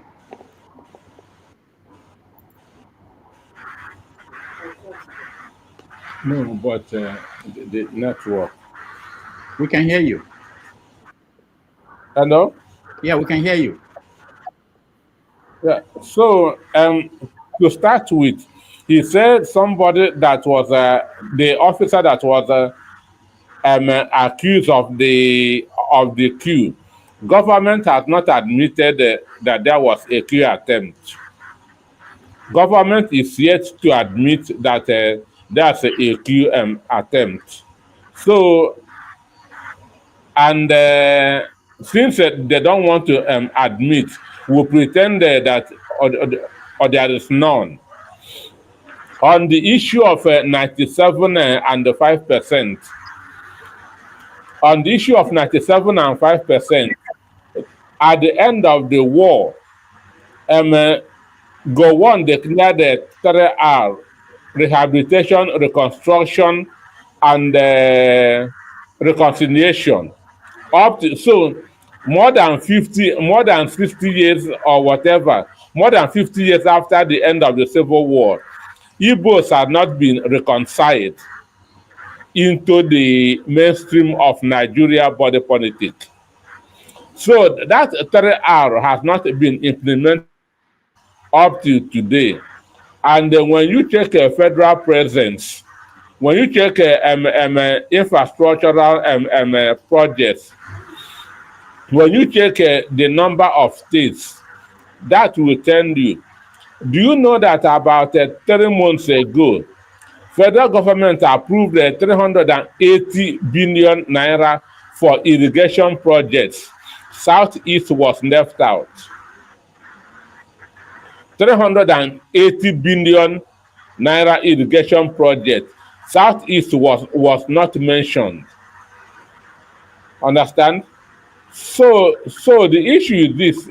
Igbos have seen that politics is not favoring them. That's why they are focusing fully on their businesses. So, but what? Go ahead. No, go ahead, Peter. Go ahead.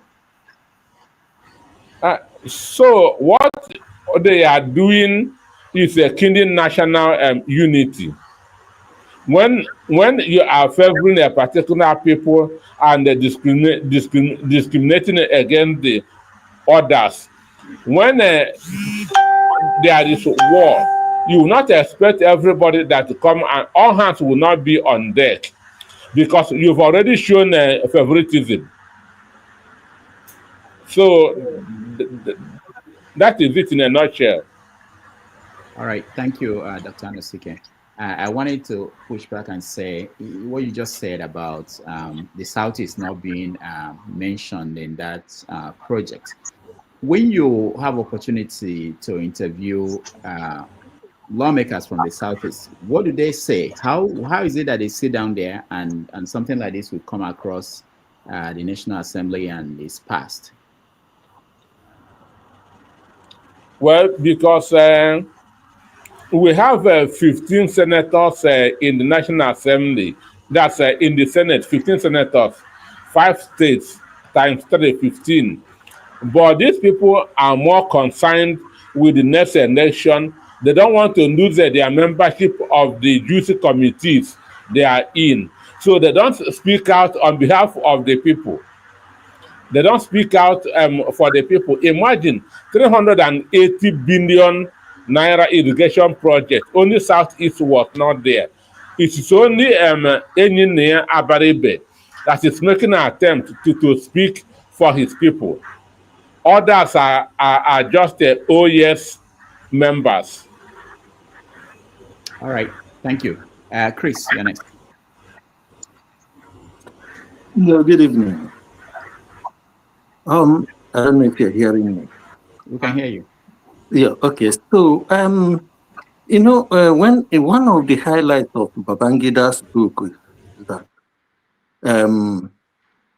Nigerians are badly educated, and he fingered the journalist as one of those badly educated Nigerians. So, and each time I listen to most of the analysts on Nigerian televisions and all the radio stations, it seems to me the kind of the way they speak or they analyze seems to me to confirm what Babangida is saying. And then I'm asking, how much of it is due to lack of intellectual depth, and how much of it is due to stomach infrastructure that somebody mentioned here ago? I don't really understand a lot of things you said. Okay, what I'm trying to say is that journalists have been fingered as one of those that badly educated Nigerians. And when you look at the way they analyze things, for instance, on issue for agitation or issue on ethnic nationalities, people always tend to say, "Oh, I'm detribalized. I'm not ethnic biased. I'm not this." In other claims, there are people they call some of these people that are ethnic bigots are called ethnic nationalists or called nationalists. Okay, so I am asking, the question I want to know is, if they do not understand, for instance, is it the reason why sometimes they try to go along with what the federal government or the government wants them to say? Is it due to the fact that they've been paid to say so, or is it because they do not understand the full meaning of what they are saying? So that they can disagree with what government is asking them to peddle along. Well, for me, everything starts with the owner of the media house, the political leaning, the mindset of the owner of the media house, because you cannot go against the philosophy of the owner of your principal. So that is where it started. As I said before, most of the media houses, I'm talking of the traditional media, are owned by politicians. And these politicians have vested interests. Those who are not owned by politicians, some of them are afraid that if they go against government, something bad will happen to them. So this is where it all starts. This is where it all starts. So talking about not being well educated, I don't want to agree with that, because I've not seen any journalist in Nigeria without at least a BSc. I've not seen. What I feel is the problem is their principal, the owner of the media houses. Why I'm able to speak is because the owner of VUP is not a politician, and he's not owing banks. Do you understand that? The owner of VUP is not a politician, and he's not owing any bank. So AMCON cannot be sent to go and take over his business. So that's why we are free in VUP. But it's not the same in the other media houses. So they know what to do, but they are constrained. All right. Thank you, Chris. Let's go to Ovie. Ovie, you're next.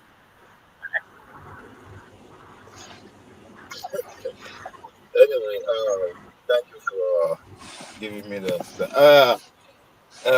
Doctor, I wanted to judge. I wanted to judge a book by its cover before now, but I said, okay, maybe I just see where I will get access to the book.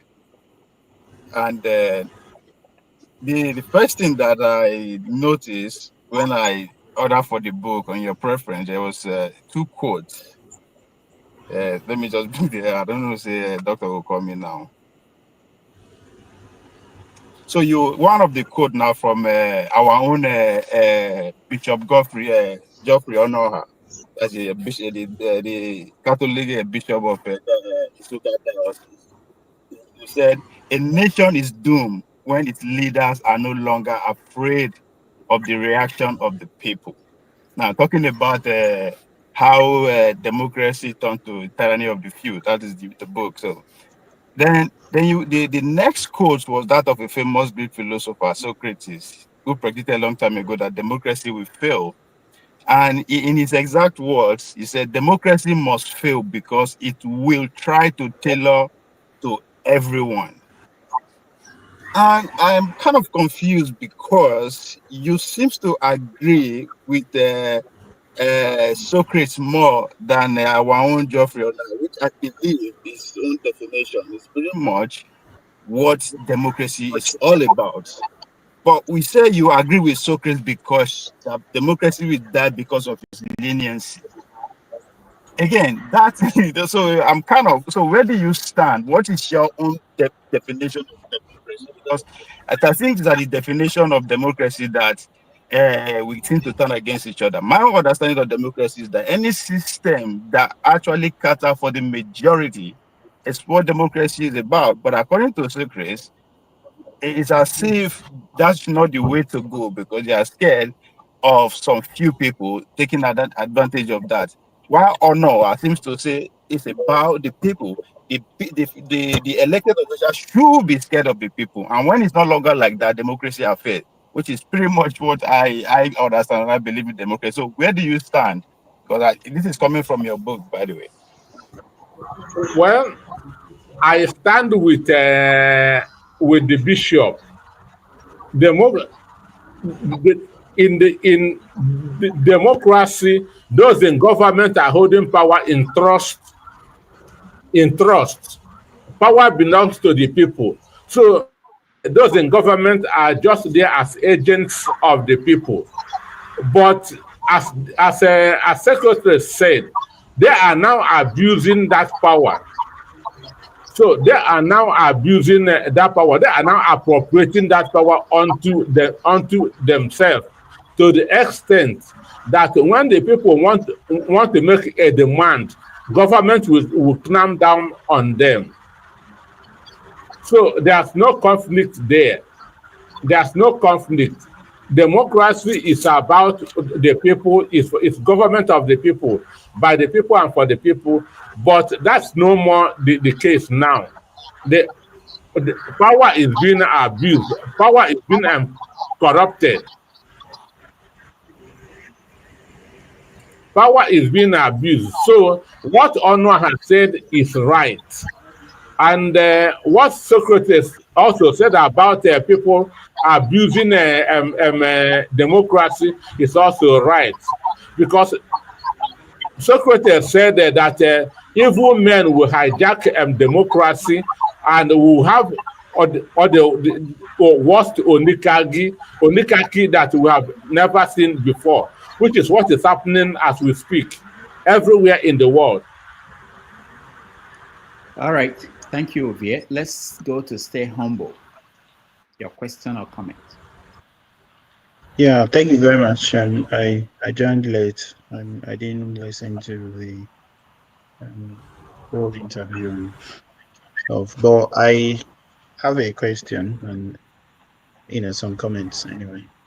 Yeah, so I don't agree really that the leaders of Nigeria are not afraid of the people, because we've seen several evidence shows that they're afraid of the people. We've seen them take frantic steps sometimes, do some things that are really stupid to try to allay fears, assuage the people, sometimes even add salt to the injury in the process. We saw what Red Amokri did the other day. So if you don't believe, if you still don't believe that they don't fear the people, that should actually make you believe, because they had to go to America.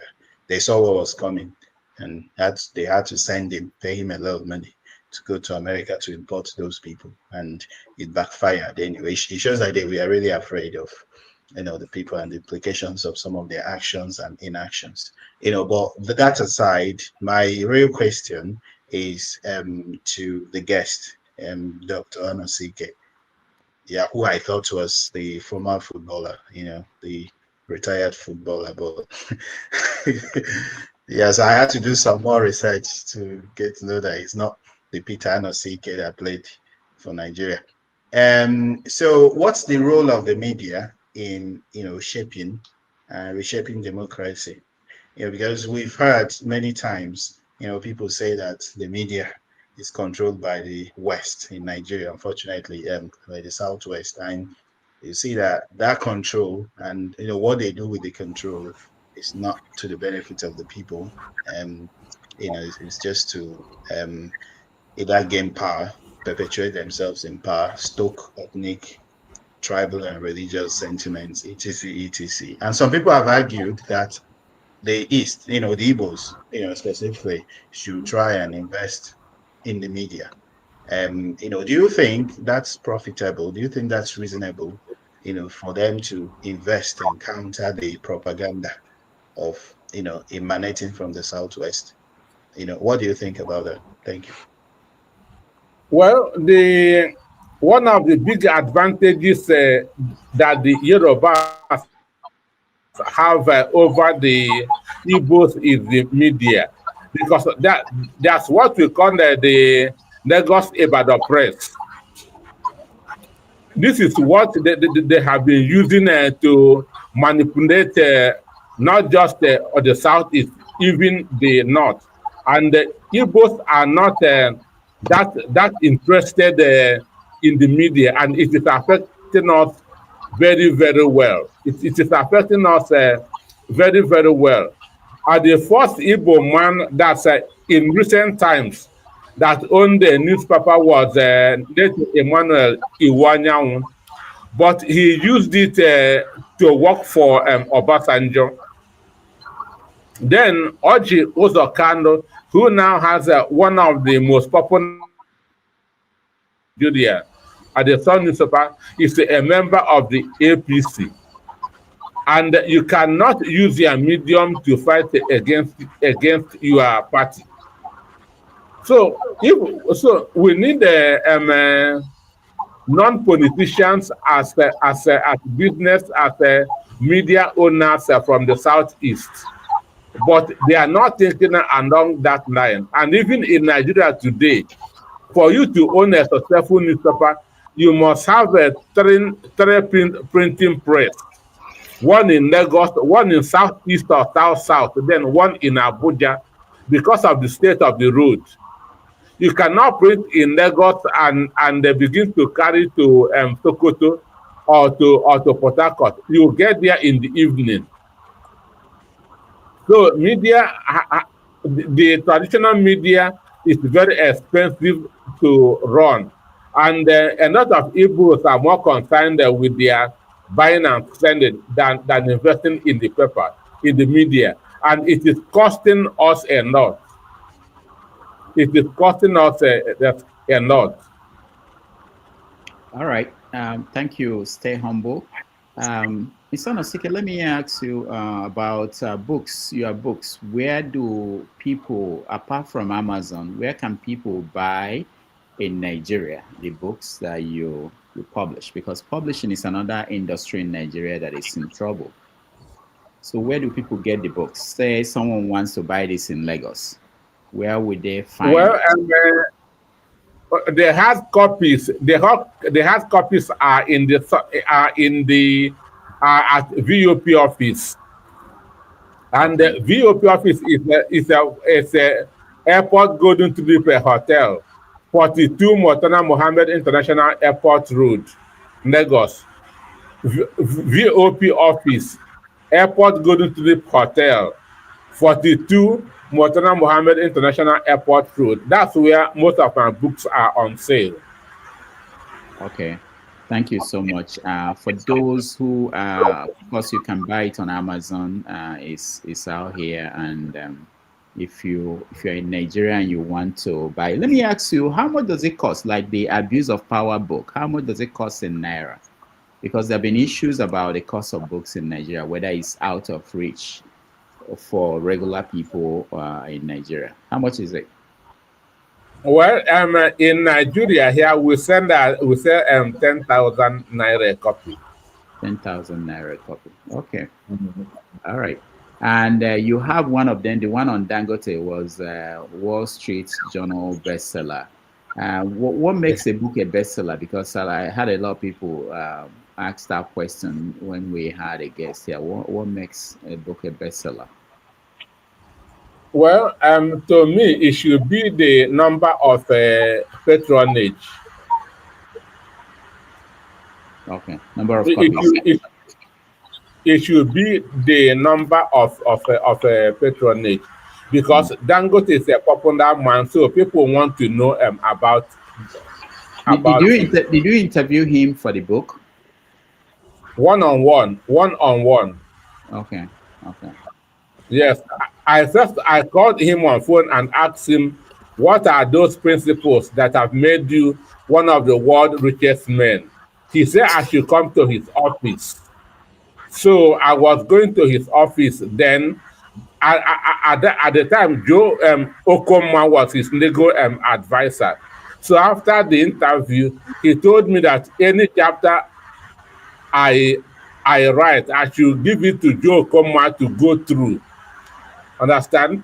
To make sure that nothing will be against his personal or business interest. So it was a one-on-one interview.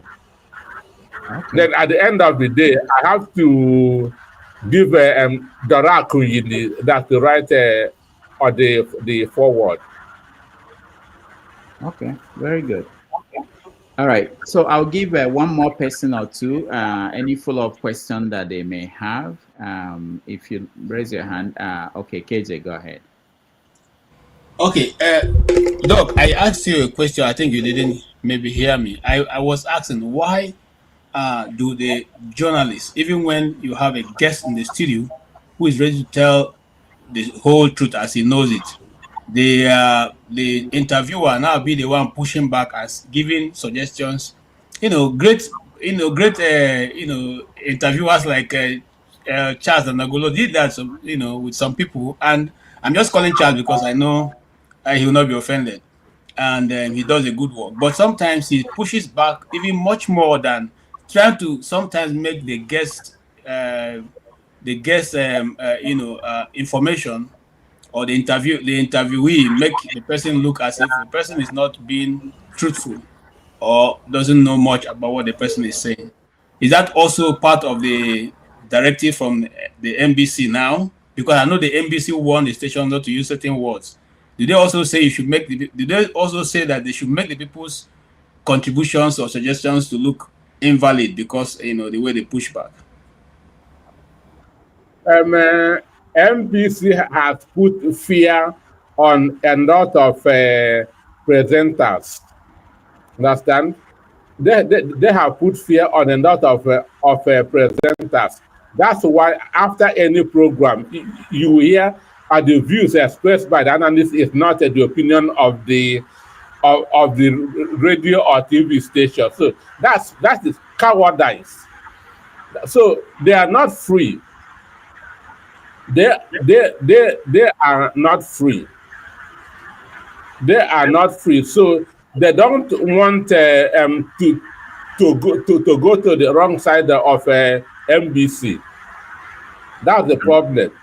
So if an analyst is talking, they will be hushing you. Understand? Even when somebody called and want to make a statement, once they hear something that they don't like, they will put off they'll cut that person off. Understand? That's the fear that NBC has put on presenters. Yes, since you're also from the Voice of VOP, what's wrong? I'm asking a direct question now. Sometimes I see Esther doing that also. She pushes, and sometimes the stance she takes, is totally not in the opinion of the audience. but I see her pushing back, especially when it has to do with the insurgency in the East. She kind of tried to, always taking the part of government and standing very strong on it, even though she knows that those things that she's saying may not be true. So, is that a reason? Is that also the instruction you gave them to be doing in the VOP? Not me, you give them MBC, not me, MBC. Okay. It's not me, it's MBC. Okay. All right. One question from Omoyele, just one. You have to round up. All right. For those that feel my voice is too high, I apologize. That is the nature of my voice. I'm not shouting. I don't like to shout. It's just the nature of my voice. I apologize. And I don't drink, I neither smoke nor drink gogoro. So please, I'm not a wicked brother either. My last question is about the 2027.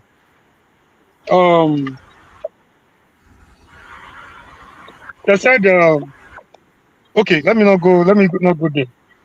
There is this people are afraid, especially the obedience. They are afraid that Peter Obi might not be on the ballot. And you just said Bill knows what he's doing. I also understand that he's a very smart man. But time is of the essence. Politics is neither a Romeo and Juliet affair that needs to be done in the bedroom, nor a secret court that needs to be carried out in secrecy. So people want to know. If people coming out, I feel the obedient folk will come out to tell you it's a strategy. I don't see that as a strategy because people want to know. If there are strategies in politics, not the platform, not issues like platform where you want to run, because every politician, every smart politician want to make his platform very popular. Our time is of the essence, like I said before. So putting everybody in abeyance, in oblivion, in confusion as far as what is going to be his party, I don't see that as a strategy. Having said that, I think, do you think the way things are going, do you really think that is a strategy, keeping the platform to his case on the 11th hour? Don't you think time will be running against him? And what happened the last time will end up repeating itself? And might not be able to spread across the length and breadth of Nigeria, especially in the northern area. Because for now, it's assumed that we don't even have opposition. The main opposition we have today is Obi. And a lot of people don't want that obedient movement and the support just to die in natural death or to go into political oblivion just like that. Thank you. Okay. Well, Peter Obi said he would declare his platform after the Anambra State governorship election, which is next Saturday, November. Understand? So after next Saturday, Peter Obi will make an important announcement. He has been engaging, he has been consulting. Understand? So, but mind you, I'm not his spokesperson. Understand? But he said that he will make an important announcement after the Anambra State governorship election next Saturday. So let us exercise patience. All right, one last one from Stay Humble. Okay, thank you very much for this opportunity. Rare privilege, isn't it, to ask a follow-up question. Okay, so my question is about the recent happenings in Nigeria. Recently we've been inundated with news about some military coup, which I don't believe was ever planned. Yeah. So do you think, or don't you think that was staged? All staged to distract hungry Nigerians from the nagging problems, the sweltering poverty across the country. Don't you think that was just a staged distraction? What do you think about it? Okay. For Morui, I'd like to counter him. Really, we're not having conversation with panelists. We're talking to the guests. Okay, it's fine. Thank you. I'll All right, catch him Doctor. some other day. Well, Dr. Anosike. well, for me, they said that there's no attempted coup, but people are being arrested. As of yesterday, we heard that over 40 military officers have been arrested. So if there's no attempted coup, why are you arresting people? And some time ago, we heard that the Abuja residents of a former petroleum minister, state, Silva from Bayelsa, that his house was raided. He was fingered as one of the sponsors of the coup. So, but for now, everybody is speculating. Nobody is really sure whether there's coup or not. So for me, I cannot say boldly there's a coup, and I cannot say there's no coup. That's my position.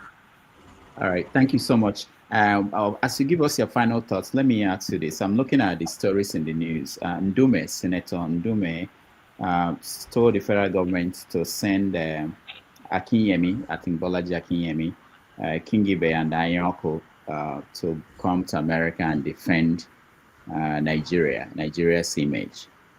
Meanwhile, Sheikh Gumi is telling Tinubu to recall, to break ties with America and summon the U.S. ambassador to his office and question him about what Trump is doing. How do you read that? Well, I feel that the Senator Andy Ndume made more sense, because the three eminent personalities that he mentioned are people that Donald Trump can listen to, because we know that Tinubu has been avoiding Donald Trump for some time now. Tinubu did not attend the hunger. He sent his deputy to represent him. And hunger doesn't come to anybody by accident, because it is always in second Tuesday in September every year. But Tinubu was not there. And at the time, Naonu Akonde, the media aide to Oshiba just said that Tinubu avoided hunger because of embarrassment from Donald Trump. That was what Naonu Akonde said. So now, will he be bold enough that to go and meet Donald Trump?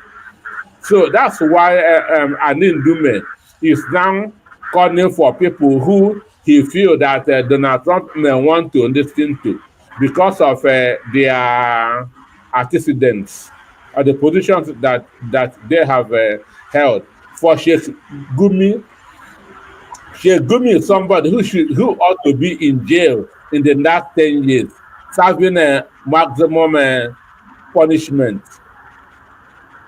For what? Well, if you have been following his utterances, then the last one was that the military should stop provoking the bandits. Imagine that. Is that enough the to military, lock him up? Is that enough to lock him up? That the military should stop provoking bandits. Yeah. Is that enough to lock someone up? I know. I want to know. Because when we open the door for that, I can say something now that people may not like, and they will lock me up too. Anyway, well, for me, while you give us your final thought, let me also mention that Mike Arnold, I don't know how that guy became an issue in Nigeria, came out and said that Tinubu's response to Trump is deaf, dumb, blind, and suicidal.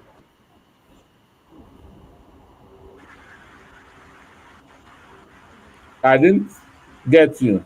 You didn't get me. I said that Mike Arnold, the guy from America that came to Nigeria, responded to Tinubu's reaction to Trump's threats. That Tinubu's response to Trump is deaf, dumb, blind, and suicidal. Do you agree? I don't really. All right. Thank you so much, Dr. Anosike, for joining us today. We really appreciate your time. For those who have not looked at any of his books, there are about 10 books. You can find them on Amazon, or if you are in Nigeria, you can find them at the Voice of the People TV and radio station headquarters in Ikeja. Dr. Anosike, thank you so much for joining us again. Thank you so much. I appreciate. All right. We'll take a quick break, and when we come back, we will round up. Thank you again, everybody, for being here. Thank you.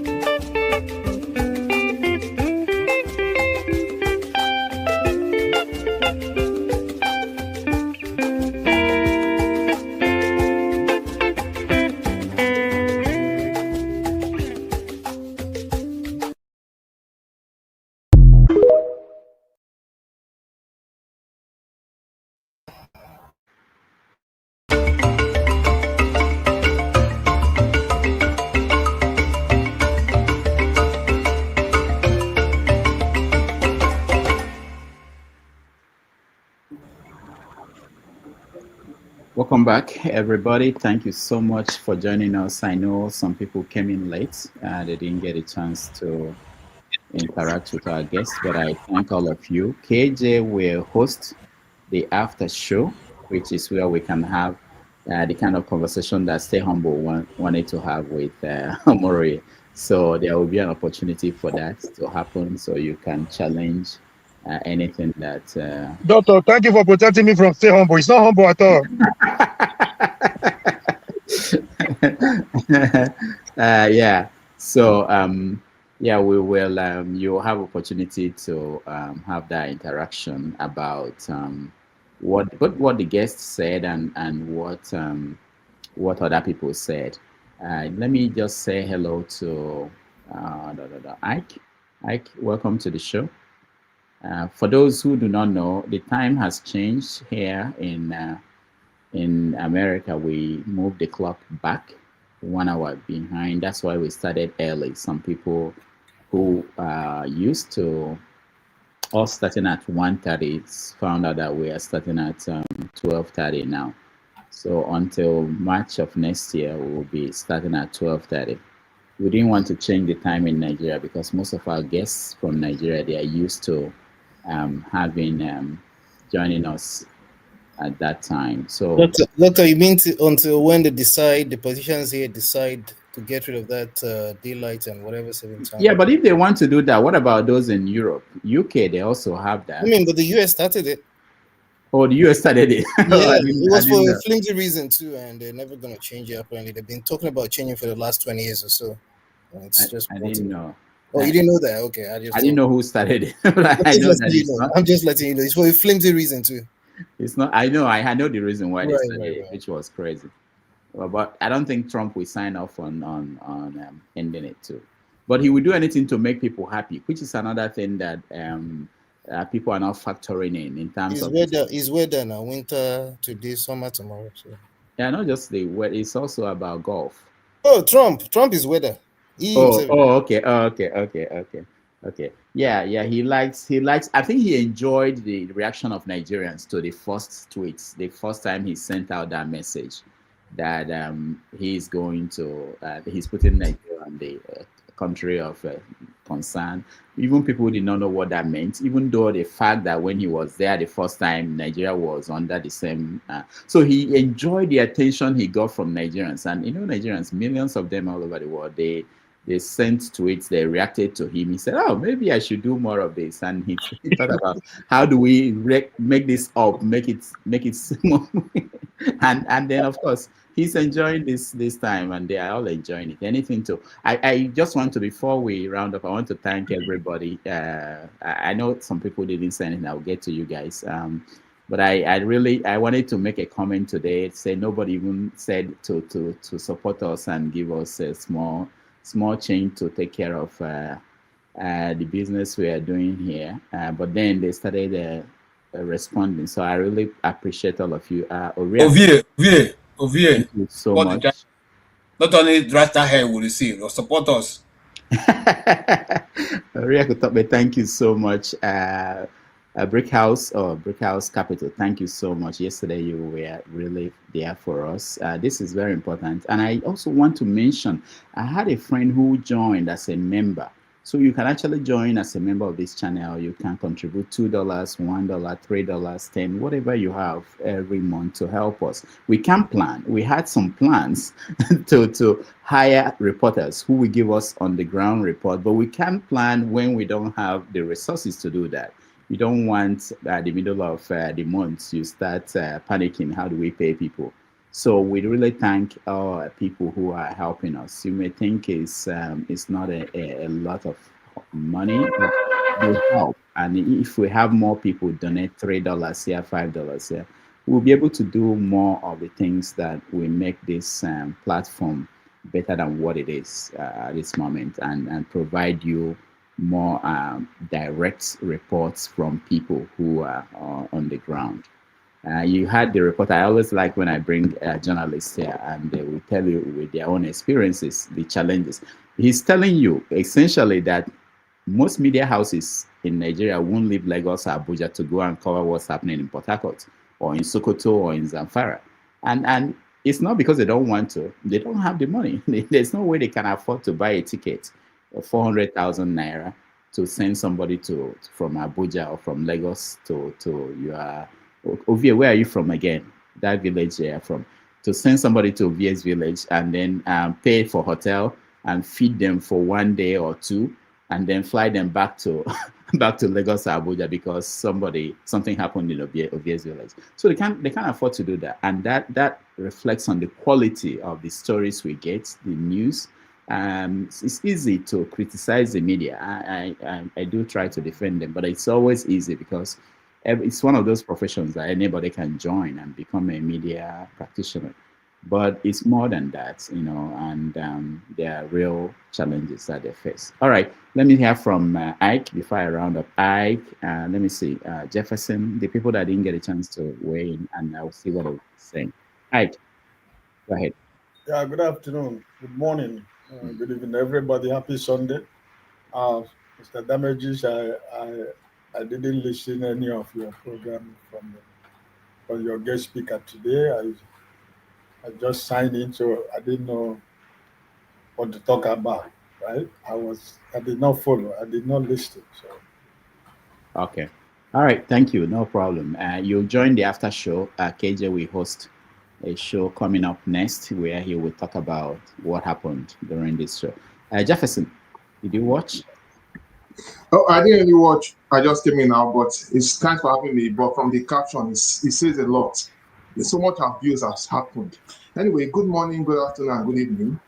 First of all, I just want to say my submission is that, irrespective of what happened, we caused it for ourselves as a country. You know, we took a lot of things for granted, and now everybody is now trying to talk about how sovereign Nigeria is, taking away our sovereignty. And I'm like, where the hell was the sovereignty when they were doing all that nonsense?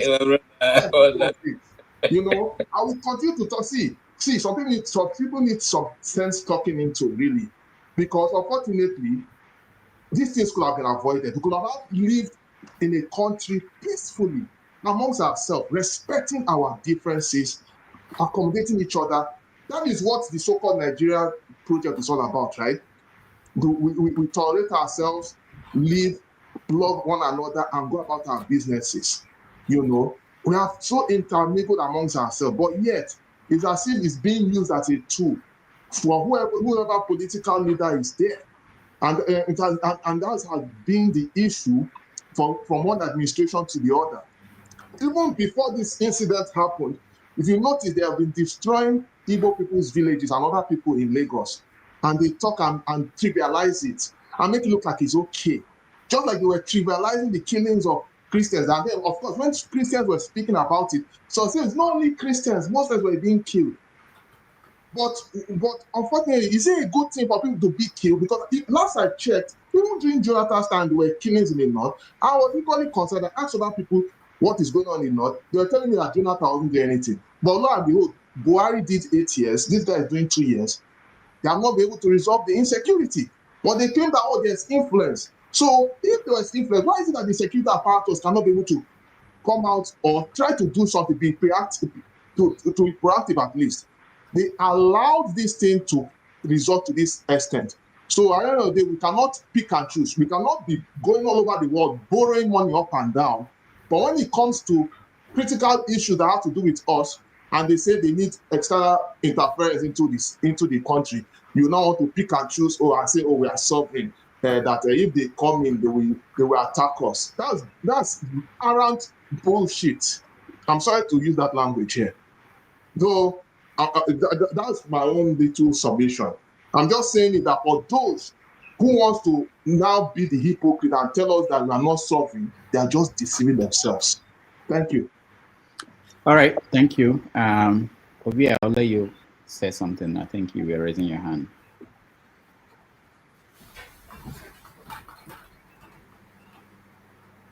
Sorry, Jefferson. We cannot hear you. Thank you. Nigerians who do that kind of thing, emergency patriots. They are patriotic by emergency. Exactly. Thank you, my brother. All right. One more person, and then we will go. Obi is maybe he's smoking something or so. Pansat, go ahead. Unmute yourself, Pansat. Are you on a mountain again?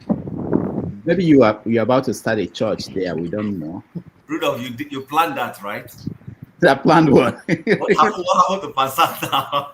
No, I didn't plan anything. Pansat, where are you? This is how he comes here every day now. Rudolph, can you allow a counter narrative before you close? From where? From me. All right, go ahead. I'm the one that you marginalized earlier. Oh, okay, go ahead. Okay. So again, there's always going to be varied opinions, and having one opinion doesn't help any one of us. I say this to say that nobody has all of the modicum of knowledge. There's always going to be counter narratives, and there's always going to be analytics to back it up, irrespective. as much as I align with the narrative that, as a matter of fact, let me go this way. They say, the English say, two things can be right at the same time. You can walk and you can do the thing at the same time, and the two things can be right at the same time, right? As much as we have internal issues, just like every other country, well documented, and we've truly not solved it. No thanks to the leaders, and even in a lot of cases, the followers can be saboteurs too, whether inter-religious, intra-religious, or what have you. Now, a lot of what's happening is valid. Some of us, like myself, it's not even a matter of whether I'm detribalized or not. I've said it over and over again, that there are things that would happen even within my ethnic that may happen from Yoruba people or Yoruba person like Tinubu that's there right now that I'll criticize. I don't even like him. It's not everybody that can do that. And I'm not saying it because I want to be friends with anybody. I just want to be clear on that. My point of deviation is, and this has nothing to do with sentiments, but because just like a lot of us, I've been affected in some ways as well, deeper than some people would know. I lost a brother as well because of stupidity of a lot of things that's going on in Nigeria. But that said, where I kind of disagree is the fact that as much as I agree that this has brought this thing to the fore, and I'm happy it's brought it to the fore, America or the West, they all have their own issues as well. And in fact, they're part of the reasons why a lot of this, I'm not trying to blame these people, but you cannot say they're not part of the reasons why we're the way we are. After all, were it not to be part of the problems that we're facing when it comes to insecurity, started with the killing of Gaddafi. There's a lot of things we can trace to certain things that have happened prior to now. Does that mean that we should not have solved that problem? No. But even this same America that's tried, or Trump or whatever that's coming to try to save us, we know the kind of things that happen even within the US and the kind of global things that are happening. All of these things are tied. That's what I'm saying. And where have you seen, I continue to say, where have you seen that these people go to? Some of these people that are these neocons that are supporting backing these things up, because these things are deeper than what we think. Where have you seen? How many places have you seen that they've gone to and have come out and have become better? Libya is a case in point. Look at DR Congo. And I'll end this way. The fact that Nigeria is a major player, whether irrespective of our stupidity, when it comes to Africa, why would they not go to other places? Why are they not talking about going to Sudan? Why are they not talking about going to Guinea-Bissau, or Equatorial Guinea, or Cameroon? I mean, there's a lot more to it than this. It's not like I'm totally disagreeing, but I just fear for the kind of things that could happen. We've seen it. They're examples. It's up to us. Nobody is going to change. If we like disengage, if we want to integrate, let us disagree. But we have to decide what we want to do to change things by ourselves. Otherwise, we're going to perish for no reasons. They don't like us like that. Let's not fool ourselves. That's all I'm going to say. All right, Femi, thank you. There's someone, one of these Nigerian leaders, I forgot the name, just was pleading with Nigerians to come together and stay together. Don't let them divide us. I'm like, okay, so yeah, that's the stupid boy who Buhari gave who otherwise would have been a Messiah, who Buhari gave authority and is talking rubbish. Who was that? He used to be Buhari's PA. He's Buhari's cousin, but he was more powerful than even the vice president. Is it okay, I know the Tunde. But here's my pushback. If you allow me to Femi, look, this is the argument that we should be looking at. What's going on in Nigeria now? Did America cause it? America didn't cause it. I'm coming. Hold on, sir. You spoke very well. I agree with you, but I want us to see the other side. You say there's always two sides to an argument. Now, America has been on their own. Under Obama's time.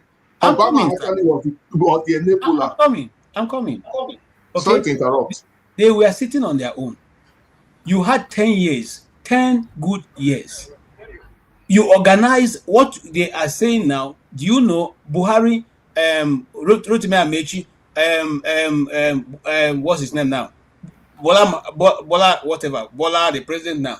And one or two others went to see Obama. They went to see Obama to ask that Obama takes, declare Nigeria, whatever Nigeria become now. I have a picture of it here. Okay, they went and said Obama should intervene in Nigeria, and Obama did. You and I know how the story ended. Okay, let's circle a little bit backwards. When this other last guy came into office, the guy who went there, Anthony Blinken, who went to Nigeria to remove Nigeria from being a listing, what was the reason why he removed Nigeria? Do you want us to go there? These are facts that are on ground. Okay, now are we as Nigerians, are we thinking we want America to come to our listing? No Nigerian who wants that. But which one do we prefer? People to be dying every day? Do you know that the people who have been killed in the war places, which we saw was coming and quote, is less than the people who are being killed every day in Nigeria? 35 persons die every day. But the same token, we agree that they are the reasons. These are the West is part of the reason why what has been going on. I'm still coming. See, we're talking about going on. That's all I'm saying. I'm not disagreeing with you. It's just the fact that I don't think they're the solution. I like the reawakening. I'm not disagreeing. Maybe we'll not be able to end it now. We'll end it another program. But let's touch a bit. Mm-hmm. Who is going to the West to ask for AIDS? Maybe us. No, are we not the one creating that transnational institutions that are coming to show us how to do our farm that are you think I'm disagreeing with you? I'm not. No, I'm simply saying that we provide all the avenue. I agree. That's why it's going to be up to us, not them. So let us elect people who understand geopolitics. Let us elect people who understand geopolitics, who can be able to bring to the table a reasonable discussion. Yeah. I didn't know, based on Femi's analysis now, that Nigeria has common border with Libya. I didn't know. I just discovered now after he said that. You did not know how the arms came from Libya into Nigeria. Femi, hold on. Femi, hold on. I agree. Don't be condescending. I'm not condescending. Let me speak. No. Can I speak? I'll let you speak, but don't be condescending. I'm not condescending. Thank you. Yeah, there's Libya, there is Algeria on one side, there is Egypt on the other side. None of those nations has accused Libya of being responsible for their insecurity. But from time of Buhari to today, Libya is responsible for our insecurity. Libya is responsible for our insecurity. It's one of the reasons. But it's one of the reasons. I'm not saying that you're picking and choosing, though. I'm not picking and choosing. If Libya is responsible, I give examples. You're not wrong. If the dismembering of Libya. However, I'm giving examples of other things. Let's have a conversation. All right. You know what? The conversation. Hold on, guys. The conversation we're going to have it. KJ will host it in the next few minutes. So, Doctor, can I say something quickly? Let me just mention two interesting things on the same issue. We have a general in Nigeria. His name is FFK, Femi Fani-Kayode. He just sent out a message. He warned Donald Trump to do your worst. Wait now. Do your worst and let the Lord strike you down. FFK. In America, a general by the name of the Minister for Defense, the Secretary of War, told the President Trump that we are ready for action in Nigeria. So it's heating up, and I hope everybody will go over to the next. Omori talk, I beg. Omori, go ahead, and that will be the last one before we. Yeah, thank you, Dr. Damages. Please, valid arguments on both sides, very, very valid. But let's not die in their war.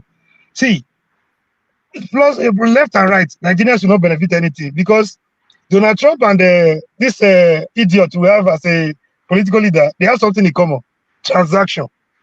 The one on one side is ready to give any condition, to back up his threat, and the other one on the other end is ready to give anything up, so long as he retains that seat. So at the end of the day, I don't see a win for the citizens who have been traumatized over the years. So let's be careful. Let us not die in their war. Let us watch as events unfold and see how it's going to end. A threat is coming from somewhere. The man wants everything, interest is involved. political, economic, and whatever interest is involved, no doubt. But then, can we continue to blame the failure of our leadership on what? I mean, we have given them the right to do whatever they want to do to us. We're supposed to be a sovereign nation. But we have thrown our sovereignty to the dustbin. So you blaming people for threatening us to get what they want from us. Both of them are businessmen. Nigerians will be worse off for it. Thank you. All right. Can I just add something to what Comrade said, please? Okay, go ahead. Go ahead.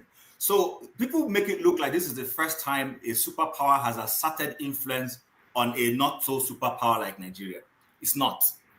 When Obasanjo was in office, the one good thing before now that our governments have done is that we have refused to allow the Americans have a foot on our ground in terms of having this military base. It has succeeded so far. But let's not forget that when Charles Taylor was needed, they asserted influence on us and we gave him out freely. So if today, this man making this noise will force this leader somewhere, whatever concession eventually made, and people in Borno stop dying, people in Plateau stop dying, people in Benue stop dying, if that will work, please let it work. All we want is that let there be peace in Nigeria. I don't want you see this thing with which he has gone to America. He's almost on his way to America already. A threat was issued yesterday. The jacket power of this world, the Ogakpalapala is already on his way to America to tell you how strong the threat is. So this is when we stop the killing. Kudos. It's okay to stop the killing, but I don't want to be the one that wanted to say I told you so. Wait, is he on his way to America? Yeah, I just wanted to find out. He just saying he's on way to. Yeah, they're arranging a meeting already. He's begging. He's on his scene begging already. Oh, but they're begging for a meeting to meet with Donald Trump. No, wait. He's not flying. There are two different things. I know they are arranging a meeting, but he's not flying to America as we speak. I say he's almost on his way to America. He's begging for a meeting. He's begging to give them the way to come. You know, he's begging already. Of course. Which means the threat has started working already. Even before the strike. The threat has started working before the strike. Just like APC had people lobbying for them pre-2015, the current opposition in Nigeria also have people lobbying for them, trying to make this noise. We've given room for that. Exactly. So I don't know why it's screaming. It's a win-win situation. All right. One more. Let's hear from executive producer. So you're muted. You know you're using high tech, but the show the show is on. Let's have the show, please. No vex. Nah, IT issues. I shouldn't say that, but Show, good to see you. That was a good on the mic. Good evening, Rudolph. Good evening, everyone. I was rushing to join. It's very busy. Sunday nights, preparing for work, the children and all of that. But I was like, I need to join this thing. Because last night, I missed Father. Well, I didn't miss it. I don't usually watch it because it's quite long. But this morning I woke up and I watched the last 2 or 3 hours. And I found it quite interesting, the conversations. And I thought, why did I sleep? I would have loved to join. I saw him, joined, and they welcomed you like a like a lost long brother. Quite interesting topic. This America, Trump, putting boots on ground and all these things. While I've listened to many people, I think both sides have valid points. And when I speak, you probably see me lean to this side and lean to this side based on the way I'll just talk about it in the next 3-5 minutes. But something that I picked out from listening to our people on this channel is, in an attempt to win arguments, we use words, probably because it's not English, it's not our first language. We tend to insult each other a lot, or one another. You're delusional, you're naive. I mean, how do you talk to another grown man and say he's naive because he has a different political opinion or he views things differently? Different people have different experiences. So even in your attempt to educate them or to win them over, except our goal is not to educate and work together. And I'm not saying, walk around like fairies around each other. We are men, we can talk to each other, but it doesn't have to be rude. Maybe that's the way you talk in America. On this side, we're gentlemen. So you just, I hear things, and I think it's an opportunity to educate. And some of us are missing that opportunity. I don't want to say everyone. We're missing the opportunity to educate people. There was someone who joined yesterday and said, they've taken history out of our classes, and that's part of the reasons why people probably make choices they make. So if we're all aware of that, and we know that it is beyond the 10 of us on the panel, because this panel can only take 10 people, if it's beyond the 10 of us, and it's about the people listening to us across the world, it's an opportunity to educate them. So if you know they've missed out on history and you've been opportuned to know history, you've researched, it's your interest, you know more, how about you educate people on the dangers of America coming to put boots on ground? Yes, you can say, oh, Libya, oh, look at this, but some people don't know all these things you're talking about. So, for instance, I was thinking if I had the time, I might just do like a series. I've seen some other people do series like this on YouTube where they just read books. So this sort of book, it's a very small book. It contains 48 small stories. How big is the book? 1 page, 1 story. In most cases, 1.5 page, 1 story of what America have done across the world, stretching back years ago. So I can decide to do a series on this, on the dangers of having America to come and help you. That would educate people. I will just read the book. I won't add my comment. I'm not saying I'm going to do it, but it's something we can do. Most of you, if you pick up these stories now, so invading Grenada, destroying El Salvador, destroying the Chilean democracy, you would read these stories and you can tell people and say, see, when America went to this place, oh, this is what happened. Now, Google that country. How well are they doing since America went there? Then, you've helped people to educate them, to enlighten them. But when we come and we just say, oh, you are very naive, you are foolish people, oh, you should perish, oh, you people, I wonder for you. So all those sort of things will not help, because as a man, we all carry our egos around intact. If we don't carry anything, we leave our homes with our egos. So the fact that the first thing you say to me is, I'm naive, I'm stupid. Everything else you are saying after that, forget it. It's not going to wash with me, because you've just come to insult me and people who think like me. And like Rudolph would always say, any point of view that you hear on this channel, there are hundreds of thousands of people, if not millions, who believe the same thing. So shutting me down, calling me names, won't take that away, that view. You might shut me up, but there are millions of thousands, like hundreds of thousands, people, like people like me. So I think we can all do better. And also on this issue of America, so where I stand on it quickly, for the people who are saying let America come, and I've seen a lot of, when I say people, I'm talking about our panelists, they've referred to the people in Benue, in the middle belt. That have you met some of them that have lost family members? Some of them have lost everything that they own. If you ask such a person that America wants to come, even if you read this book to them and better books, they will tell you what is the worst that can happen. The worst has already happened. So if I can't have it, let nobody have it. Let it all blow up. That's what they would say to you. And that's the point some of you are not seeing. You can't tell somebody that's lost a father, a mother, brother, sibling, cousins, wiped out, that they just survived. And you're telling them, if America comes, it will be worse than Libya. They will tell you, what is Libya? They're already on the ground. They are not afraid to fall. So what I see happening, I might be wrong, is, and I know I might commit the same sin I've accused people of, I think it's the selfishness in us coming out. Because I see the vigor with which we debate this particular topic. You know why? Because it might affect you. If they put boots on ground, it will go beyond Benue. It might affect Lagos. It might affect Port Harcourt. It might affect the places you have interest. It might affect your family members. And that is why a lot of us are interested. You might not know it, which is something we've done over the years in Nigeria, the middle class, where we failed big time. When there are no schools, we don't advocate enough for good schools, because we can provide schools for our children, private schools. When there are no good hospitals, we don't advocate for it enough. I'm not saying we don't, but not enough, because we can pay private or fly our parents abroad. When there's no security, I was in Nigeria recently, it's pay to play. I think it's 50K a day or something like that. You get the police with a gun and follow you around. People have Megad, looking after their houses. So we provide everything for ourselves, and we don't care how the other people suffer. The NSAS thing happened because boys who could drive Mercedes, who owned Apple laptops and Apple phones, were being stopped by police and extorted.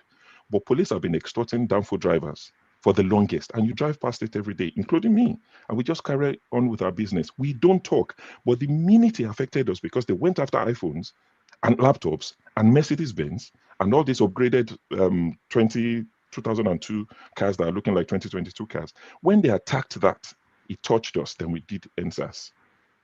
The minute it doesn't affect us, we talk about it, now we move on, and we say it's distraction. It's small news. But now that you know that America might come, and when they come, they're not going to your water. They would attack where it would hurt you. It's unconscious bias. So all of a sudden, everybody's interested. And we are discussing it. Don't let them come. They will destroy Nigeria. For the people in your water, Nigeria is destroyed. It's nothing. It's ashes in their mouth. Do you think they care? They don't. They can't have it. They cannot enjoy it. So for them, bring America, let them destroy everybody. Because they are already destroyed. What you are afraid of that America will do, some people are living it in Nigeria now. They are IDP camps. And we are not at war. And you are telling such people that there's a danger coming. What danger? There's nothing to fear. They don't fear anything at all. You are the one that is afraid that America will come. Now, don't take that as me saying America should come. That's why I said I would veer here and I would veer there. But for such people, you cannot tell them, oh, we are desperate people. All these things I had last night, or this morning when I was listening to it back, I had some of the panelists say, we're desperate people. We are making desperate options. If somebody is at sea and they're drowning and a pirate ship goes by and drops a sword, a very long sword for them to pull, this is somebody that is drowning. The sword will cut their hands. The blood would attract shark that might kill them quicker than the sword or the bleeding. But do you think they would think about it and say, it's a sword, I'm not going to hold it, let me just drown? They know it's a sword, but they would hold on to it, hoping that it would save them. You won't think and say, this is a sword, let me wait, something else will come. You're drowning. You're at sea. So that's the situation. That's the reality of thousands of Nigerians. And let me end on this. Why is this annoying Nigerians? More than it annoyed them when Jonathan said to Obama, we are the most populous black nation in the world. Solve our insecurity problem, and you solve the insecurity problem of the black race. Jonathan said that as the president of Nigeria to Obama. Obama looked stunned. Like, is this man crazy? Your current NSA, Nuhu Ribadu, after he took office, he said to Igbo man, I sent that video to forefathers. He played it when it happened and he almost lost his mind because things like that annoy him. Nuhu Ribadu, National Defense Security Advisor, whatever his title is, he told Igbo men, he said, come and help us so that we can live like normal human beings. We want to live like normal human beings. Come and help us end insecurity. And they've answered your call. And you are blaming people on Twitter that they invited America. I don't want to say rude things. I'm at the point of saying rude things. Nuhu Ribadu invited them. Do you know his position? He told them, come and help us. We want to live like normal human beings. And all of a sudden, you're blaming people on Twitter. No, you invited them. They've answered the call. Go to Nuhu Ribadu and cry. Don't blame the small guy. We are so fond of finding the small guy to blame. Somebody who steals chicken, you kill him. The same politician that caused the poverty, the hardship, will drive by, you hail him. What is the problem? Go for the source of the problem. I don't want America and Nigeria. No. I know enough. I'm not like JD. I don't know geopolitics like that. But I know enough to know that it won't end well. But that is a selfish point of view. For some people, they want to blow everything up. If I can't have it, you shouldn't have it. What are they going to steal in Zamfara? That the poor boy in Zamfara would. What difference does it make to him if it's America taking it or the Nigerian people, politicians taking it? It doesn't matter. I can't have it. Let nobody have it. And I would sign up for that if I was in their shoes. Let us blow up everything so that nobody has anything. But because it will come near you, Lagos, Port Harcourt, Kaduna, all your refineries, your pretty things, your land, your house, Magodu, Lekki, phase 1, phase 3. It would affect all of it. And that's why you're worried. So, sure, take a bow and go, please. Take a bow. I don't know if there's anything I need to add, but I just wanted to add that. So, thank you, Sho. Thank you, Sho. Thank you, Sho. A good way to end the program. Yeah. Thank you so much, Sho, and we appreciate you. And everybody can go over to the next, which is where you can have a further conversation. I want to thank all those that came in today and join us. Thank you, Sho. Thank you, CM is here. Okay, CM, I'm so sorry. Thank you, Chim. Thank you, CM. Thank you, Ernest. Thank you, Chris. Thank you. Let's see. Thank you, Femi. Thank you, Jefferson. Thank you, Ike. Comrade, Omori, thank you. Ovie, thank you so much. I really have to run, but I appreciate everybody. Those that supported us, thank you so much, Jaja. And I will see you next Saturday with our normal, have your say 247. And a new guest for Sunday. I don't have anybody yet at this point, but we are going to have a new guest on Sunday. And then on behalf of everybody behind the scene helping me, the staff here, thank you all. The executive producer, you guys can see him. He's here. Thank you for all you do. I appreciate everybody. See you next Saturday.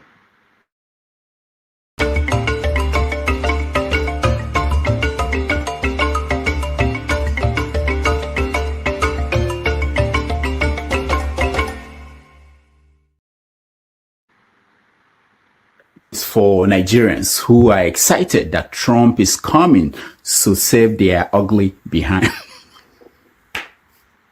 How did Asari Dokubo say it? You are a woman. You are a mumu woman. All of you. You see, Trump doesn't give a damn about you or your disgraced shithole country. Trump doesn't care. The earlier you get that into your blockheads, the better for you. Yes. What Trump did in the last few days was to execute a perfect coup in Nigeria. Write it down.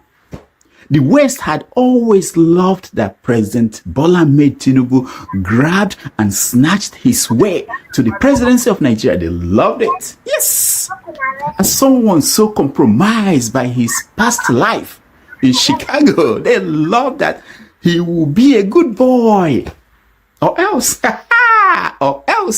they will open book for him. Hey, you don't want that to happen. Tinubu does not want that to happen. So far, Tinubu had been a good boy. His assigned handler, Emmanuel Macron, the president of France, had been impressed. He has been saying good things about Tinubu to leaders in Western capitals. But recently, since Trump came back to the White House, Trump, like Oliver Twist, wanted some more. He wanted some more from Tinubu.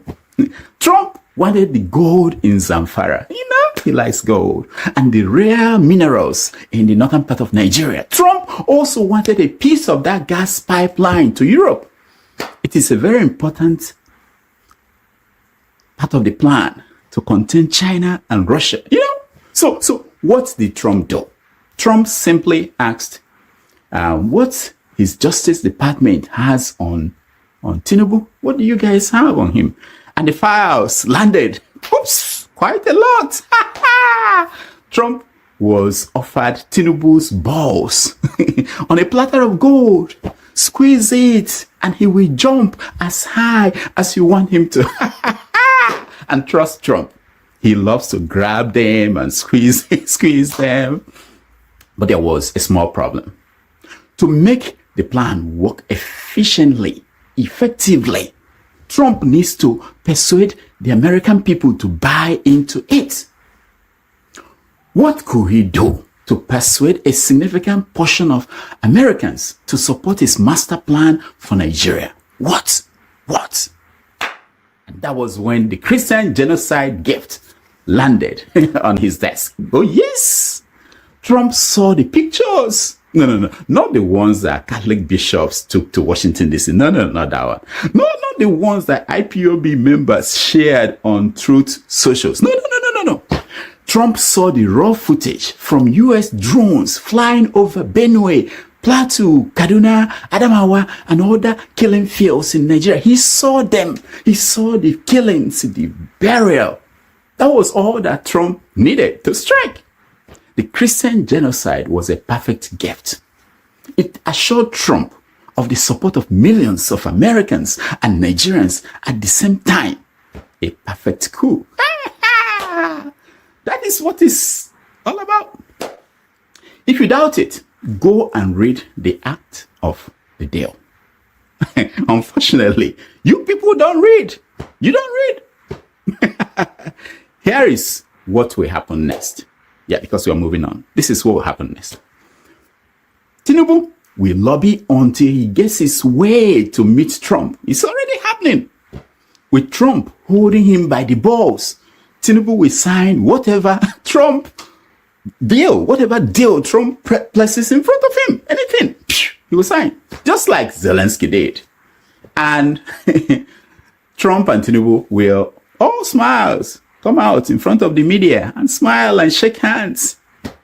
And Tinubu will return home claiming victory, while his tail has been chopped off a bit. If Trump really wants to help his beautiful Nigerian Christians, he should simply give them a visa and a green card to move to the United States.